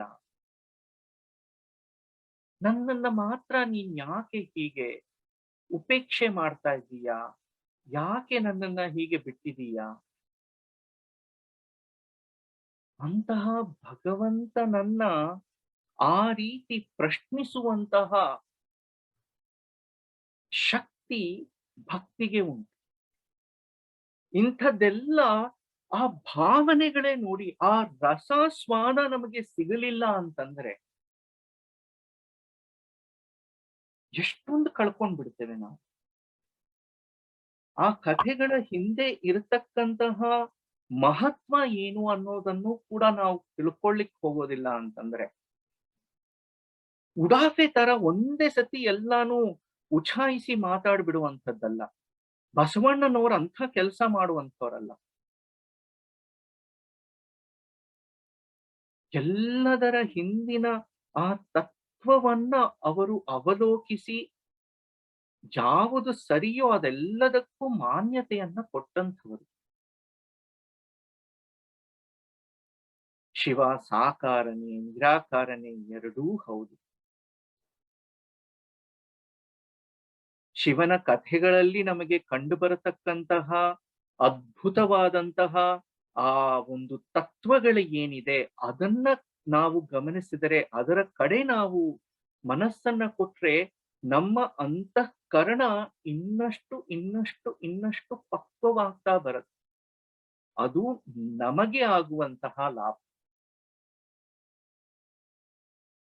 ಇದನ್ನೇ ಇನ್ನಷ್ಟು ಮುಂದಿನ ಸತಿ ಶಿವನ ಪೂಜೆಯನ್ನ ಕುರಿತಾಗಿ, ಪಂಚಾಕ್ಷರಿ, ಆ ಪೂಜೆಯ ಮಹತ್ವ ಏನು, ಆ ಪೂಜೆಯ ಸ್ವರೂಪವನ್ನ ವಚನಕಾರರು ಯಾವ ರೀತಿ ಕಂಡಿದ್ದರು, ಅದೆಲ್ಲವನ್ನ ನಾವು ಮುಂದೆ ನೋಡ್ತಾ ಅದರ ಸಂಬಂಧವಾಗಿಯೇ ಶಿವನನ್ನ ಕುರಿತು ಇನ್ನಷ್ಟು ನಾವು ಚಿಂತನೆಯನ್ನ ಮಾಡಬಹುದು. ಇವತ್ತಿಂದು ಇಲ್ಲಿಗೆ ನಿಲ್ಲಿಸಬಹುದು ಅಂತ ಅನ್ಕೊಂಡಿದ್ದೀನಿ. ಶರಣು ಶರಣ. ತುಂಬಾ ಚೆನ್ನಾಗಿ ಹೇಳಿದ್ರಿ ಪ್ರವೀಣ್ ಅವರೇ. ಸೊ ಯಾರಿಗೇನಾದ್ರೂ ಕ್ವಶನ್ಸ್ ಕೇಳೋದಿತ್ತು ಅಂದ್ರೆ ಕೇಳ್ಬೋದು ಇವತ್ತಿನ ಸಂಚಿಕೆ ಮೇಲೆ. ಕೊನೆ ವಚನ ಅಂತೂ ತುಂಬಾ ಚೆನ್ನಾಗಿತ್ತು. ನನಗೆ ತುಂಬಾ ಇಷ್ಟ ಆಗಿರೋ ವಚನ ಅದು. ಒಳ್ಳೆ ಕ್ವೆಶ್ಚನ್ ಅದು. ಎಂತೆಂಥವ್ರಿಗೆ ಅದೇ ಓದಾಗ್ಲೇ ಎಷ್ಟು ಇದೆಲ್ಲ ಆಕ್ಚುಲಿ ವಚನ ಸಂಪುಟದಲ್ಲೇ ಬರ್ತಕ್ಕಂತಹ ವಚನಗಳು, ಷಟ್ಸ್ಥಲ ವಚನಗಳಲ್ಲೆಲ್ಲ ಬರುವಂತದ್ದು. ಫಸ್ಟ್ ಟೈಮ್ ಓದಿದಾಗ ಎಷ್ಟು ನಕ್ಕಿದ್ನೋ ನಾನು. ನಿಜ ಅಲ್ಲ, ಇದು ಎಷ್ಟು ಚೆನ್ನಾಗಿ ಅವರು ಅದು ಬರ್ಬೇಕು. ಮನಸ್ಸು ಪಕ್ವವಾದಾಗಲೇ ಇಂಥದ್ದೆಲ್ಲ ಬರುತ್ತೆ. ಅದು ರಸಸಿದ್ಧಿ, ಅದು ಆ ಭಾವ ಸಂಪನ್ನತೆ. ಅಷ್ಟೇ. ಅಂದ್ರೆ ನಾವು ಓದಿದ್ರು ಅದೇನು ಫುಲ್ ಕಂಪ್ಲೀಟ್ ತಿಳಿತಾ ಇತ್ತು ಇಲ್ಲ ಗೊತ್ತಿಲ್ಲ. ನೀವು ತುಂಬಾ ಚೆನ್ನಾಗಿ ತಿಳಿಸಿದ್ರಿ. ಯಾಕಂದ್ರೆ ಮೊದ್ಲೇ ಲೈನೇ ನಮ್ಗೆ ಅದು ಹಿಂದಿನ ಕತೆ ಗೊತ್ತಿರ್ಲಿಲ್ಲ ಅಂತಂದ್ರೆ ಅರ್ಜುನಂದು ಅದೆಲ್ಲ very difficult to understand that one sentence. Sentence ಅರ್ಥ ಆಗ್ಲಿಲ್ಲ ಅಂದ್ರೆ ಮುಖ್ಯದೆಲ್ಲ ಆಗಲ್ಲ. Thank you so much for explaining those stories. ಬೇರೆ ಯಾರಿಗಾದ್ರೂ ಏನಾದ್ರೂ ಕ್ವಶನ್ಸ್ ಕೇಳೋದಿತ್ತಂದ್ರೆ ಅನ್ಮ್ಯೂಟ್ ಮಾಡ್ಕೊಂಡು ಕೇಳಬಹುದು. ಅನ್ಮ್ಯೂಟ್ ಮಾಡ್ಕೊಳಕ್ಕೆ ಏನಾದ್ರೂ ತೊಂದರೆ ಆಗ್ತಾ ಇದೆನಾ? I just want to make a comment, Maure, if I can. Yeah, ಹೇಳಿ. Praveen, I really enjoyed how you incorporated mythology and Shivasharana philosophy, because I had a similar challenge many years ago. I used to do my love for art took me in that direction, in the sense I was doing slide presentations of slides of ancient art of sculptures of Shiva from Wow. all over the world, and using that to tell stories about Shiva. Oh So man, that's I so did it at the wonderful. VSNA convention and other chapters ಗೆಲ್ಲ travel ಮಾಡಿ ಮಾಡ್ತಾ ಇದ್ದೆ. Huh. But the challenge was from my husband actually, because he said, ಇದು VSNA ಹೆಂಗಾಗತ್ತೆ, ನೀನ್ ಪೌರಾಣಿಕ ಕಥೆಗಳು ಹೇಳ್ತಾ ಇದೀಯಾ ಅಂತ. So I had to, I mean, he always challenges me, but it's a good thing, because I had to justify that. Questions ಎಲ್ಲ ಹೌದು ಹೌದು. Justify the connection to philosophy, Correct. and how it relates to Veerashaivism anta. So ಹೌದು. ಅದನ್ನ ನೀವು beautiful ಆಗಿ ಹೇಳಿದ್ರಿ, because mythology tries to convey what is otherwise unable to convey in the form of Correct. just words. Yes. So there is implications and different levels. So ನೀವು ಬರೀ words ಅಲ್ಲಿ ಹೇಳ್ದೆ ಇರೋ, ಹೇಳಕ್ ಬರ್ದೇ ಇರೋ ಕಾನ್ಸೆಪ್ಟ್ಸ್ ನ ಈ ಸ್ಟೋರಿ ಫಾರ್ಮ್ ಅಲ್ಲಿ you convey. So, and also the fact that it is very evident, I think if we could do some sort of a written form of what you just did, in the sense that yaudunu in the history of religion, nothing comes out of nothing. Everything is a reaction, or something is drawn from something. ಅದು ಸ್ವಯಂಭೂವಾಗಿ ಯಾವುದು religion ಬರಲ್ಲ, concept ಬರಲ್ಲ. So that is a very, very important thing for all of us to realize. Yes, we are special. Yes, our philosophy is special. It has a special angle. It was revolutionary and all of that, but it didn't just come from nowhere. Nothing comes from nowhere. That is the 100%. Yeah, so I really enjoyed that you're making that connection so logically and so with the documentation of all the vachanas and their them quoting the mythology. I really enjoyed that. I appreciate that. Thank you so much. ಇದಷ್ಟೇ ದಕ್ಷಯಜ್ಞ ಬರುತ್ತೆ, ಪಾರ್ವತಿ ಕಲ್ಯಾಣ ಬರುತ್ತೆ, ಎಷ್ಟೆಷ್ಟು references ಬರುತ್ತೆ, ಎಲ್ಲದರಲ್ಲೂ ಹಿಂದೆ ಇರತಕ್ಕಂತಹ the essence of those things. Yeah. They never dismissed any of that. What they said was, don't treat. ಇವಾಗ ನಾವೇನ್ ಮಾಡ್ತೇವೆ, ನಾವೊಂದು ಇನ್ನೊಂದು ಎಕ್ಸಾಂಪಲ್ ಕೊಡ್ತೇನೆ. ಎಕ್ಸಾಮ್ ಬರಿತೀವಿ ನಾವು, ಹೌದಾ? ಎಕ್ಸಾಮ್ ಅಲ್ಲಿ ಪಾಸ್ ಮಾಡ್ಬೇಕು ಅಂದ್ರೆ ನಾವೇನ್ ಮಾಡ್ತೇವೆ, ಈ ಕ್ವೆಶ್ಚನ್ಸ್ ಬರುತ್ತಂತೆ, ಗಟ್ಟು ಹೊಡೆದು ಪಾಸ್ ಮಾಡುವಷ್ಟು ಎಷ್ಟು ಜನ ನಾ ಮಾಡಿದ್ದೇನೆ, ಅದಕ್ಕೋಸ್ಕರ I can relate. What do? We by heart. We don't go to understand. We by heart ಮಾಡ್ಬಿಟ್ಟು ಹೋಗ್ಬಿಟ್ಟು ಆ ಒಂದು ನನ್ನ ಫ್ರೆಂಡ್, ನಾನು ಊರು ಹಚ್ತಿದ್ದೆ, ನನ್ನ ಫ್ರೆಂಡ್ ಇದ್ದ, ಅಯ್ಯೋ ರಾಮ, ಒಂದೊಂದು ವರ್ಡು, ಆ ವರ್ಡು ಇದು ಬಿಟ್ಟು ಅದು ಬಿಟ್ಟು ಪೊಸಿಷನ್ ಕೂಡ ಇಂಟರ್ಚೇಂಜ್ ಆಗ್ತಿರ್ಲಿಲ್ಲ. ಅಷ್ಟು ಊರು ಹಚ್ಕೊಂಡ್ ಬಂದು ಹಂಗೆ ಒಪ್ಪಿಸ್ತಿದ್ದ ಅಂತಂದ್ರೆ ಪಾಸ್ ಆಗೋರು. ಎಕ್ಸಾಮ್ ಅಲ್ಲಿ ಪಾಸ್ ಆಗತ್ತೆ, ಖಂಡಿತ ಪಾಸ್ ಆಗತ್ತೆ. ಆ ಕ್ವೆಶ್ಚನ್ ಅನ್ನ ಗ್ರಹಚಾರ ಕೆಟ್ಟು ತಿರುಗಿಸಿ ಹಾಕ್ಬಿಟ್ರು ಅಂತಂದ್ರೆ ಗೋವಿಂದ. ಯಾಕೆ? ಈ ಎಲ್ಲದಕ್ಕೂ ಆ ಗಟ್ಟು ಹೊಡೆದು ಪಾಸ್ ಆಗೋದನ್ನ ಶರಣರು ಬೇಡ ಅಂತ ಹೇಳಿದ್ರು. ಶಿವನಿಗೆ ನಾನು ಪಂಚಾಕ್ಷರಿ ಜಪ 51 ಸತಿ ಮಾಡಿದ್ರೆ, 108 ಸತಿ ಮಾಡಿದ್ರೆ, 1008 ಸತಿ ಮಾಡಿದ್ರೇನೆ ಅದ್ ಹೇಗೆ ಅಂತಂದ್ರೆ ಗಟ್ಟು ಹೊಡೆದು ಆನ್ಸರ್ ಬರ್ದಂಗೆ. ಯಾಕೆ? ಅಲ್ಲಿ ಬರ್ದಿತ್ತು. ಈ ಪುರಾಣಗಳನ್ನೇ ನಾವು ಹಿಡ್ಕೊಂಡು ಹೋಗ್ತಾ ಇತ್ತು ಅಂತಂದ್ರೆ, ನಾನು ವಚನದ ಆಧಾರದ ಮೇಲೇನೆ ಹೇಳ್ತೇನೆ. ಬಸವಣ್ಣನವರೇ ಒಂದು ಪುರಾಣವನ್ನ ಉಲ್ಲೇಖ ಮಾಡುವಾಗ ಹೇಳ್ತಕ್ಕಂತಹ ಮಾತು, ಅದರಲ್ಲಿ ಆ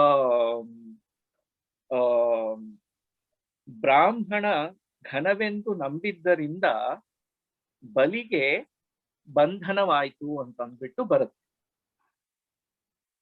ಬ್ರಾಹ್ಮಣ ಘನವೆಂದು ನಂಬಿದ್ದರಿಂದ ಕರ್ಣನ ಅವಸಾನವಾಯ್ತು ಅಂತ ಅಂದ್ಬಿಟ್ಟು ಈ ತರದ್ದೆಲ್ಲ ಬರುತ್ತೆ. ಅಲ್ಲಿ ಐ ಕ್ಯಾನ್ ಕ್ವೆಶ್ಚನ್,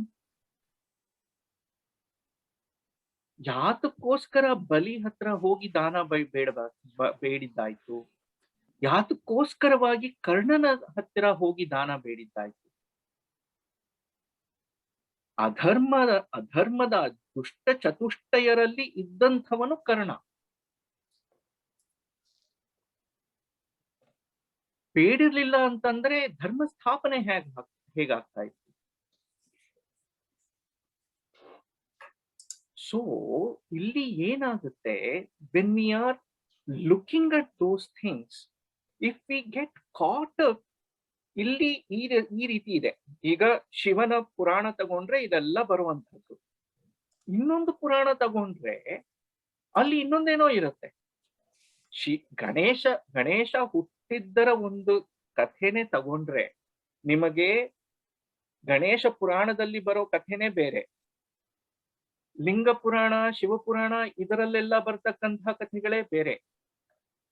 ನಾವು ಆ ಕಥೆಯ ರೂಪಕ್ಕೆ ಮಹತ್ವ ಕೊಟ್ರೆ ಕನ್ಫ್ಯೂಸ್ ಆಗೋಗ್ತೀವಿ. ಯಾಕೆ? ಒಂದು ಪುರಾಣದಲ್ಲಿ ಹೇಳುತ್ತೆ, ಪಾರ್ವತಿ ಮಗನನ್ನ ಪಡೆದು ಶನಿ ಮಗನ ಮೇಲೆ ದೃಷ್ಟಿ ಬಿಟ್ಟಿದ್ದರಿಂದ ತಲೆ ಹಾರ್ಕೊಂಡು ಹೊರಟೋಗಿ ಆಮೇಲೆ ಅವನ್ಗೆ ಆನೆ ತಲೆ ಬಂತು ಅಂತ. ಇನ್ನೊಂದ್ ಕಡೆ ಜನಪ್ರಿಯವಾಗಿ ಗೊತ್ತಿರುವಂತದ್ದು, ಪಾರ್ವತಿ ಸ್ನಾನಕ್ಕೆ ಹೋಗಿದ್ಲು, ಶಿವ ಬಂದ, ಒಳಗಡೆ ಬಿಡ್ಲಿಲ್ಲ, ಉಡಾಯಿಸ್ಬಿಟ್ಟಿದ್ದಾಯ್ತು ತಲೆ ಅಂತ ಅಂದ್ಬಿಟ್ಟು.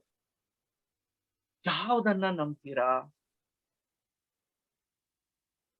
ರೂಪಕ್ಕೆ ನಾವು ಕಟ್ಟಿ ಬಿದ್ರೆ ಈ ತರ ಕನ್ಫ್ಯೂಷನ್ಸ್ ಜಾಸ್ತಿ. ಅದನ್ನ ವಚನಕಾರರು ಅದಕ್ಕೆ ಬೀಳಬೇಡಿ. Don't get carried off by only those superficial aspects. Don't get confused about only those superficial aspects. ಈ ಒಂದು ಒಟ್ಟಂದದ that kind of like a comprehensive outlook we will understand only if we also look at all of the Sharana compositions in a comprehensive in totality. ಅದು ಬಿಟ್ಟು ನಾ ಬರೇ ಈ ಒಂದಷ್ಟು ವಚನಗಳನ್ನ ತಗೊಂಡು ನೋಡ್ತೇನೆ, ಈ ಒಂದಷ್ಟು ವಚನಗಳನ್ನ ತಗೊಂಡು if I pick and choose ಅಲ್ಲ, we will get that sort of again going back to stories and stories, because ultimately stories can convey the essence so beautifully. 4 ಜನ ಕುರುಡ್ರು ಆನೇನ ಫೀಲ್ ಮಾಡ್ತಾ ಇದ್ದಿದ್ ಕತೆ ಪ್ರತಿಯೊಬ್ಬರಿಗೂ ಗೊತ್ತಲ್ಲ. ವಚನಗಳನ್ನ ನಾವು ಪಿಕ್ ಅಂಡ್ ಚೂಸ್ ಮಾಡಿ ನಾನ್ ನೋಡ್ತೀನಿ ಅಂತಂದ್ರೆ ಕಣ್ಣ ಕಟ್ಕೊಂಡು ಫೀಲಿಂಗ್ ತಗೊಳ್ಳೋ ಹಾಗೆ. ಅವಾಗ ಕೆಲವರಿಗೆ ಆನೆ ಕಂಬದ ಹಾಗಿದೆ ಅಂತ ಅನ್ಸುತ್ತೆ, ಇಲ್ಲ ಆನೆ ಚಾಮರ ಇದು ಫ್ಯಾನ್ ತರ ಇದೆ ಅಂತ ಅನ್ಸುತ್ತೆ, ಇಲ್ಲ ಆನೆ ಬಾಲ ಮುಟ್ಬಿಟ್ಟು ಓ ಇದು ದಾರ ಹೀಗಿದೆ ಅಂತ ಅನ್ಸುತ್ತೆ.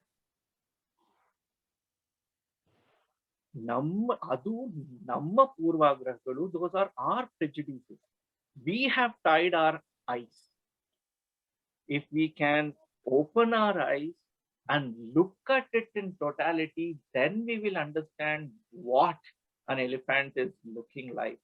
If we open our eyes, our mind and our hearts and study everything in totality, then we will understand what was the beautiful message that Sharanas had been saying throughout. You're right. The mythology was never meant to be taken literally. Correct, literal correct. alla. It has a Absolutely. message. It is just ಹೌದು. like art. It is not literal. It conveys something beyond words. Yes. And with the Vachana, they were never meant as commandments as far as I feel. They are always been a debate. It is always a question and a rational question and a debate that makes you think. It And was I have found when you pick and choose ಹೇಳ್ದಂಗೆ, ಹಾ there is such a smorgasbord of vachanas that if you want to make a certain point, you can pick and choose a vachana. And if you want to make an opposite point of view, you can pick and choose a vachana. And so that is also true for any part of Hinduism also. There is correct, correct. everything and its opposite in there. So Exactly. it is for your picking actually. True, And true. your Spiritualism is understanding and paradox. your height of understanding is what defines what you pick and choose. Correct. So ಇನ್ನೊಂದು ಹೇಳ್ಬೇಕಂದ್ರೆ ನಯನ ಅವರೇ, exactly 1 year back ನಾವು ಪ್ರವೀಣ್ ಅವ್ರ ಜೊತೆ ಈ ಸಂಭಾಷಣೆ ಎಲ್ಲ start ಮಾಡಿದ್ವಿ. ಯಾಕಂದ್ರೆ April 13th ಇಂದ ನಾವು ಶಿವನ ಸಂಪಾದನೆ ಸಂಚಿಕೆಯನ್ನ ಶುರು ಮಾಡಿದ್ದು. So Happy anniversary. All right, yeah. Oh, wonderful. It's a year now. So ಏನ್ ಹೇಳ್ಬೇಕು ಅಂತ ಇದ್ದಿದ್ರೆ ನಯನ ಅವ್ರೆ, ಸೊ ಆಫ್ಟರ್ ದೋಸ್ ಕಾನ್ವರ್ಸೇಷನ್ಸ್ ಅಲ್ವಾ, and after we started that ಶೂನ್ಯ ಸಂಪಾದನೆ ಸಂಚಿಕೆಗಳು, ಪ್ರವೀಣ್ ಅವರ ಒಂದು ಬೋಧನೆಗಳನ್ನೆಲ್ಲ ಕೇಳ್ತಾ ಜಡ್ಜ್ಮೆಂಟ್ ಅಂತ ಮಾಡೋದೇ ಬಿಟ್ಬಿಟ್ವಿ. ಸೊ ಡೋಂಟ್ ಜಡ್ಜ್, ಫಸ್ಟ್ ಅದು ಏನಿದೆ ಅಂತ ತಿಳ್ಕೊಳ್ಳೋಣ, ಫಸ್ಟ್ ಏನಿದೆ ಅವ್ರು ಏನ್ ಹೇಳ್ತಾ ಇದಾರೆ ಅಂತ ತಿಳ್ಕೊಳ್ಳೋಣ. ಆಮೇಲೆ ಈ ಕೆಲವೊಂದೆಲ್ಲ ಈ ಸನ್ನಿವೇಶಗಳನ್ನೆಲ್ಲ ಎಷ್ಟು ಚೆನ್ನಾಗಿ ಹಿಸ್ಟ್ರಿ ಮೈಥಾಲಜಿ ಅದೆಲ್ಲ ಎಷ್ಟು ನೀಟಾಗಿ ಅವರು ಕೋರಿಲೇಟ್ ಮಾಡ್ಬಿಟ್ಟು ಪ್ರತಿಯೊಂದು ಇವತ್ತು ಶಿವನದೇ ನಾವು ಒಂದು ಕಲ್ಪನೆ ಬಗ್ಗೆ ನಾವು ಅವ್ರು ಹೇಳಿದಾಗ, ಸೊ ನಾವು ಏನೇ ತಲೆನಲ್ಲಿದ್ದು ಅಂತಾನೆ ನಾವು ಫಸ್ಟ್ ಕ್ಲೀನ್ ಸ್ಲೇಟ್ ಇಟ್ಕೊಂಡು ಬರೋದು ಈ ಕ್ಲಾಸ್ಗೆ ನಾವು. ಸೊ ಏನ್ ಫ್ರೆಶ್ ಆಗಿ ಹೇಳ್ತಾರೆ ಸೊ ನೀಟಾಗಿ ಬರ್ಕೊಂಡ್ ಬಿಡೋಣ ಅಂತ ಈ ಸ್ಲೇಟ್ ಮೇಲೆ. ಸೊ ಹಿಂಗಾಗಿ I think we are lucky to have Praveen to really make us see things in a very clean and without any judgment. That's what I felt in the last 1 year. ನಂದೊಂದು doubt Bhuvneshwar. ಹಾ ಪ್ರವೀಣ್, ಇದು ಈ ಎಲ್ಲಾ ವಚನಗಳು ಅವರು ಬರಹಗಾರರು ಅವ್ರದೇ ಮೀನಿಂಗ್ ಬರ್ದಿದಾರಾ ಅಥವಾ ಇದೆಲ್ಲ meaning it is from different people's point of ವ್ಯೂನಾ? Yeah, that's a very good question. ಯಾಕಂದ್ರೆ this is again another very controversial thing. ಯಾಕಂದ್ರೆ ಎಷ್ಟೋ ಜನ ಇಲ್ಲಿ ಈ ಒಂದು ವಚನದಲ್ಲಿ ಈಶಸ್ಯ ಜಗತ ಪ್ರಭು ಅಂತೆಲ್ಲ ಇರುತ್ತಲ್ಲ, ಸಂಸ್ಕೃತ ಬರೀಲೇ ಇಲ್ಲ, ಉಪಯೋಗಿಸ್ಲೇ ಇಲ್ಲ, ಅದೆಲ್ಲ ಬೇರೆಯವ್ರು ಯಾರೋ ಸೇರಿಸಿದ್ದು. ಸರಿ, ಅಷ್ಟು ಇವಾಗ ಕರ್ನಾಟಕ ಸರ್ಕಾರದವರೇನೆ ಬರ್ದಿರೋಂತಹ ವಚನ ಸಂಪುಟ ಅಂತ ತಗೊಂಡ್ರೆ, ಬಸವಣ್ಣನವರ ವಚನ ಸಂಪುಟನೇ ತಗೊಂಡ್ರೆ, ಅದರಲ್ಲಿ more than at least in everything that I haven't I'm still finishing all the 1400 odd vachanas that are there in it, but ಈಗಾಗಲೇನೆ about close to 100 vachanas have Sanskrit quotations in it. ಎಲ್ಲಾನು ಕಿತ್ತಾಕ್ಬಿಡೋಣ, we'll take off all of those, ಆಗುವಂಥದ್ದಲ್ಲ. But coming to your point, ಈ ವಚನಗಳಿಗೆ ಟೀಕೆಗಳನ್ನ ಅಂತ ಬರೀಲಿಕ್ಕೆ ಆಮೇಲೆ ಆಗಿತ್ತು. ವಚನಕಾರರು ತಾವು ಬರೆದಂತಹ ವಚನಗಳಿಗೇನೆ ಟೀಕೆ ಅಂತಂದ್ರೆ ನಾಟ್ ಕ್ರಿಟಿಸಿಸಮ್ಸ್ ಅಂತಲ್ಲ, it is the critique, it is those explanations. ವಚನ ನಿರ್ವಚನಗಳನ್ನ ಮಾಡುವಂತಹ ಕೆಲಸ ಇದೆಯಲ್ಲ, ಆ ನಂತರದಲ್ಲಿ ಆದದ್ದು. 12ನೇ ಶತಮಾನದಲ್ಲಿ ಸುಮಾರಷ್ಟು ಅದಕ್ಕೂ ಕೂಡ ತಾತ್ಪರ್ಯಗಳಾಗ್ಲಿ, ತಾತ್ಪರ್ಯ ನಿರ್ಣಯಗಳಾಗ್ಲಿ ಬರೆದಂತಹ ಪ್ರಯಾಸ ಖಂಡಿತ ಆಗಿರುತ್ತೆ, ಆಗಿಲ್ಲ ಅಂತ ನಾ ಹೇಳೋದಿಲ್ಲ. ಆದರೆ ಆ 12ನೇ ಶತಮಾನದಲ್ಲಿ ಆದಂತಹ ಆ ನಂತರದ ರಾಜಕೀಯ ಬೆಳವಣಿಗೆಗಳಿಗೇನಿದೆ, ಅದರಿಂದಾಗಿ ಎಷ್ಟೋ ವಚನಗಳ ಜೊತೆಗೆ ಅವುಗಳ ತಾತ್ಪರ್ಯ ನಿರ್ಣಯಗಳಾಗಲಿ ಮತ್ತೊಂದಾಗಲಿ ಎಲ್ಲವೂ ಕೂಡ ನಶಿಸಿಕೊಳ್ತು. ಅದೆಲ್ಲವನ್ನ ಮತ್ತೆ ಪುನರುಜ್ಜೀವನೆ ಆದದ್ದು ನಿಮಗೆ ಪ್ರೌಢದೇವರಾಯನ ಕಾಲದಲ್ಲಿ. 101 ವಿರಕ್ತರು ಅಂತಂದ್ಬಿಟ್ಟು ಪ್ರೌಢದೇವರಾಯನ ಆಸ್ಥಾನದಲ್ಲೇನೆ ಇದ್ದಂಥವರು ಮಾಡಿದಂತಹ ಕೆಲಸ ಅದರಲ್ಲಿ ನಿಮಗೆ ಹರಿಹರ, ರಾಘವಾಂಕ ಇವರೆಲ್ಲರದು ಕೂಡ ಕಾಂಟ್ರಿಬ್ಯೂಷನ್ಸ್ ಬರುತ್ತೆ ಇನ್ ಟರ್ಮ್ಸ್ ಆಫ್ ರಗಳೆಗಳು, ಆಮೇಲೆ ಕಾವ್ಯಗಳ ಇದರಲ್ಲಿ. ನಂತರದಲ್ಲಿ ನಿಮಗೆ 16ನೇ ಶತಮಾನದ ಹೊತ್ತಿಗೆ, 15-16ನೇ ಶತಮಾನದ ಹೊತ್ತಿಗೆ ಬರುವಷ್ಟರಲ್ಲಿ ನಿಮಗೆ ಯಡಿಯೂರು ಸಿದ್ಧಲಿಂಗೇಶ್ವರ ಎಷ್ಟು ಇದಕ್ಕೆಲ್ಲ ಟೀಕೆ, ತತ್ವ ನಿರ್ಣಯ, ತಾತ್ಪರ್ಯ ನಿರ್ಣಯಗಳನ್ನೆಲ್ಲ ಮಾಡಿ ಅಷ್ಟೊತ್ತಿಗಾಗಲೇ ಶೂನ್ಯ ಸಿಂಹಾಸನಕ್ಕೆ ಯಾರ್ಯಾರು ಬರ್ತಾ ಇದ್ರು. ಚನ್ನಬಸವಣ್ಣನವರು ಬಂದಾದ್ಮೇಲೆ ಬೋಳಬಸವೇಶ್ವರರು, ಸಿದ್ಧಲಿಂಗೇಶ್ವರರ ಗುರುಗಳು ಕೂಡ ಗೋಸಲ ಬಸವೇಶ್ವರರು, ಬೋಳಬಸವೇಶ್ವರರು ಇವರೆಲ್ಲರೂ ಕೂಡ ತಾತ್ಪರ್ಯ ನಿರ್ಣಯಗಳನ್ನ ಬರೀಲಿಕ್ಕೆ ಶುರು ಮಾಡಿದ್ರು. So much so that even up to the most recent ನಿಮ್ಗೆ ಹರ್ಡೇಕರ್ ಮಂಜಪ್ಪನವ್ರದ್ದು ಕೂಡ ಬಸವಣ್ಣನವರ ವಚನಗಳ ಟೀಕು ಸಾರ ಸಂಗ್ರಹ ಅಂತ ಅಂದ್ಬಿಟ್ಟು ಪುಸ್ತಕಗಳು ನಿಮ್ಗೆ ಸಿಗತ್ತೆ. ಅದೆಲ್ಲದರಲ್ಲಿಯೂ ಕೂಡ ವಚನಗಳಲ್ಲಿನ ತಾತ್ಪರ್ಯ ಏನು, ಇಲ್ಲಿ ಏನ್ ಹೇಳಲಿಕ್ಕೆ ಹೊರಟಿದ್ದಾರೆ, and even up to the most recent one of the most magnificent work that has been done is Siddeshwara ಸ್ವಾಮಿಗಳ ಅಲ್ಲಮ ಪ್ರಭುದೇವರ ವಚನ ನಿರ್ವಚನ. ಆ ಪುಸ್ತಕ ಅಂತೂನು ಲೈಕ್ ಪ್ರಾತಸ್ಮರಣೀಯರು ಅಂತಂದ್ರೆ ಎದ್ದು ಪ್ರತಿದಿನ ನೀವು ಪೂಜೆ ಮಾಡ್ಕೋತಿರೋ ಬಿಡ್ತಿರೋ, ಅದರಿಂದ ಒಂದು 10 ವಚನ ಒಂದ್ ದಿನಕ್ಕೆ ಓದಿದ್ರೆ ಎಷ್ಟೋ ಪೂಜೆಗೆ ಸಮನಾಗಿರುವಂಥದ್ದು. ಇವೆಲ್ಲ ಇದೆ. ನಾ ಸುಮಾರಷ್ಟು ಓದಿರುವಂತದ್ದು, ಕೆಲವೊಂದು ಆ ಎಲ್ಲ ಓದಿದ್ದರ ಹಿಂದಿನ ವಚನಕಾರರನ್ನ ನನಗೆ ಕಂಡ ಮಟ್ಟಿಗೆ ಅವರ ಎಸೆನ್ಸ್ ಅನ್ನ ಚೆನ್ನಾಗಿ ತಿಳ್ಕೊಂಡಿರುವಂಥವರು ಬರ್ದಿರುವಂತಹ ತಾತ್ಪರ್ಯ ನಿರ್ಣಯಗಳನ್ನೆಲ್ಲ ನೋಡಿಕೊಂಡು ಯಾವುದು ನಿಜವಾಗಿಯೂ ಆ ಒಂದು ಸಮಗ್ರವಾದ ಚಿತ್ರಣ ಕೊಡುತ್ತೆ ಅಂತಿದೆಯೋ ಅದನ್ನ ಕುರಿತು ಯೋಚನೆ ಮಾಡಿ ಮಾಡಿ ಮಾಡಿ ಕೆಲವೊಂದು I am saying like myself some of these things. For all of these things I haven't come across explanations. Some of these are just a distillation of everything else that I have read. For example, Yediyur ಸಿದ್ಧಲಿಂಗೇಶ್ವರರದು ವಚನಗಳಾಗ್ಲಿ, ಆದಯ್ಯನವ್ರ ವಚನಗಳಾಗ್ಲಿ, ಇವ್ರದೆಲ್ಲಾರ್ದು ನಾನ್ ನೋಡಿಲ್ಲ ಯಾರೇ ಆಗ್ಲಿ ತಾತ್ಪರ್ಯ ನಿರ್ಣಯಗಳನ್ನ ಬರ್ದಿರುವಂತದ್ದು. ಯಾಕೆಂದ್ರೆ most of them have written for very famous ones. ನಿಮಗೆ ಚನ್ನಬಸವಣ್ಣವ್ರ ಬಗ್ಗೆ ಸಿಗತ್ತೆ, ಅಕ್ಕಮಹಾದೇವಿ ಅವ್ರದ್ದು ಸಿಗತ್ತೆ, ಬಸವಣ್ಣವ್ರದಂತೂ ಅಯ್ಯೋರಾಮ್ ಇದಕ್ಕೆ ಎಣಸ್ಲಿಕ್ಕಾಗದೆ ಇರುವಷ್ಟು ಸಿಗತ್ತೆ. ಬಟ್ ಕೆಲವೊಂದು ಅದನ್ನೆಲ್ಲ I have kind of like assimilated and I am just adding your examples also. Yeah, that's right. Real life example add ಮಾಡ್ಬಿಟ್ಟು it becomes more enlightening to everyone. Yeah, exactly. Thank you very much.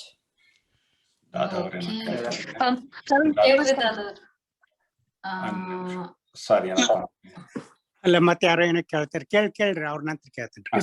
ಪರವಾಗಿಲ್ಲ, ನೀವು ಕೇಳೋದಿದ್ರೆ ಕೇಳಿ, ನಾನು wait ಮಾಡ್ತೀನಿ. ಇಲ್ಲ go ahead. Okay, thank you. ಅದೇ ನಮಸ್ಕಾರ ಪ್ರವೀಣ್ ಅವರೇ ಅಂಡ್ ಉಮಾ ಹುಕ್ಕೇರಿ ಅವರೇ. ನಮಸ್ಕಾರ. ನೀವು ಈಗ ಜಸ್ಟ್ ಇದು ಎಲ್ಲ ಪುಸ್ತಕಗಳು, ಒಳ್ಳೆ ಪುಸ್ತಕಗಳ ಬಗ್ಗೆ ನೀವು ಶೇರ್ ಮಾಡಿದ್ರಲ್ಲ ಸ್ವಲ್ಪ. ಈಗ we are at A loss here because ನಮಗೆ ಓದ್ಬೇಕಂದ್ರೂ ಒಳ್ಳೆ ಪುಸ್ತಕಗಳು ಸಿಗೋದಿಲ್ಲ, ಯಾಕಂದ್ರೆ ನಾವು ಬೇರೆ ದೇಶದಲ್ಲಿ ಇದ್ದೇವೆ. ಸೊ ಹೀಗಾಗಿ ಸ್ವಲ್ಪ ನೀವು ಯಾವ ಪುಸ್ತಕಗಳು ಚೆನ್ನಾಗಿ ಓದಿ ನಾವು ಅರ್ಥ ಮಾಡಿಕೊಳ್ಳಬಹುದು ಅಂತ ಪುಸ್ತಕಗಳನ್ನ ಸ್ವಲ್ಪ ನಮಗೆ ರೆಫರ್ ಮಾಡಿ ಅವನ್ನ ಎಲ್ಲಿಂದ ನಾವು ತಗೊಳ್ಬಹುದು ಅದನ್ನು ಸ್ವಲ್ಪ ಹೇಳಿದ್ರೆ ತುಂಬಾ ಚೆನ್ನಾಗಿರುತ್ತೆ. ನೆಕ್ಸ್ಟ್ ಟೈಮ್ ನಾವು ಇಂಡಿಯಾಕ್ ಹೋದಾಗ ಅಥವಾ ಹೆಂಗಾದ್ರೂ ಮಾಡಿ ತರಿಸ್ಕೊಂಡು ವಿ ಕ್ಯಾನ್ ಸ್ಟಾರ್ಟ್ ರೀಡಿಂಗ್. ಖಂಡಿತ ಐ ವಿಲ್ ಗಿವ್ ಯು. ನನ್ನ ಹತ್ರ ಸುಮಾರಷ್ಟು ನಾನ್ ಯಾವ್ದು ಓದಿದ್ದೀನೋ ಆ ರೆಫರೆನ್ಸ್ ಬುಕ್ಸ್ ಎಲ್ಲ ನಾನು ಖಂಡಿತ ಕೊಡ್ತೇನೆ. ಅಂಡ್ ಅದು ನಿಮ್ಗೆ ಅಲ್ಲಮ ಪ್ರಭುಗಳ ವಚನ ನಿರ್ವಚನ ನಿಮಗೆ ಇದಿದೆಯಲ್ಲ, ಸುತ್ತೂರು ಮಠದವರು ಅವರ ಬುಕ್ ಶಾಪ್ ಅಲ್ಲಿ ಮೋಸ್ಟ್ಲಿ ಸಿಗುತ್ತೆ ಅನ್ಸುತ್ತೆ. ಸುಮಾರು ಒಂದು 6 ವರ್ಷದ ಹಿಂದೆ, ಅವಾಗ ಪ್ರಿಂಟ್ ಅಲ್ಲೇ ಇರ್ಲಿಲ್ಲ, ಎಲ್ಲಾ ಕಡೆ ಹುಡುಕಿ ಕಡೆಗೆ ನಾನ್ ಮೈಸೂರಲ್ಲಿ ನನ್ನ ಫ್ರೆಂಡ್ಗೆ ನಾನ್ ನಿನಗೆ ಐ ವಾಸ್ ಇನ್ ಐರ್ಲೆಂಡ್, ಅವಾಗ ಐರ್ಲೆಂಡ್ ಇಂದ ತುಂಬಾ ರೇರ್ ಆಗಿರೋ ಒಂದಷ್ಟು ಇಂಗ್ಲಿಷ್ ಗ್ರಾಮರ್ ಬುಕ್ಸ್ ಇತ್ತು. They were out of print. I will get you this. But you have to go get me that Vachana Nirvachana book ಅಂತ ಅಂದ್ಬಿಟ್ಟು ಬಾರ್ಟರಿ ಸಿಸ್ಟಮ್ ಮಾಡಿ ಒಂದೇ ಒಂದು ಕಾಪಿ ಇತ್ತು ಪುತ್ತೂರು ಮಠದಲ್ಲಿ ಅವಾಗ. ಅವತ್ತೇನೆ ನನಗೆ I don't care, you have to go purchase it ಅಂತ ಅಂದ್ಬಿಟ್ಟು ಓಡಿಸಿ ಅವನನ್ನ ತಗೊಂಡ್ ಬರ್ತಿದ್ದದ್ದು ಬುಕ್ ಅದು. ಐ ಡೋಂಟ್ ನೋ ಅವ್ರು ಮತ್ತೆ ಪ್ರಿಂಟ್ ಮಾಡಿದಾರಾ ಇಲ್ವಾ ಅಂತ ಅಂದ್ಬಿಟ್ಟು I hope they are printing it again. But Puttur ಮಠದಲ್ಲಿ ನಿಮ್ಗೆ ಅದು ಸಿಗತ್ತೆ. ಖಂಡಿತ.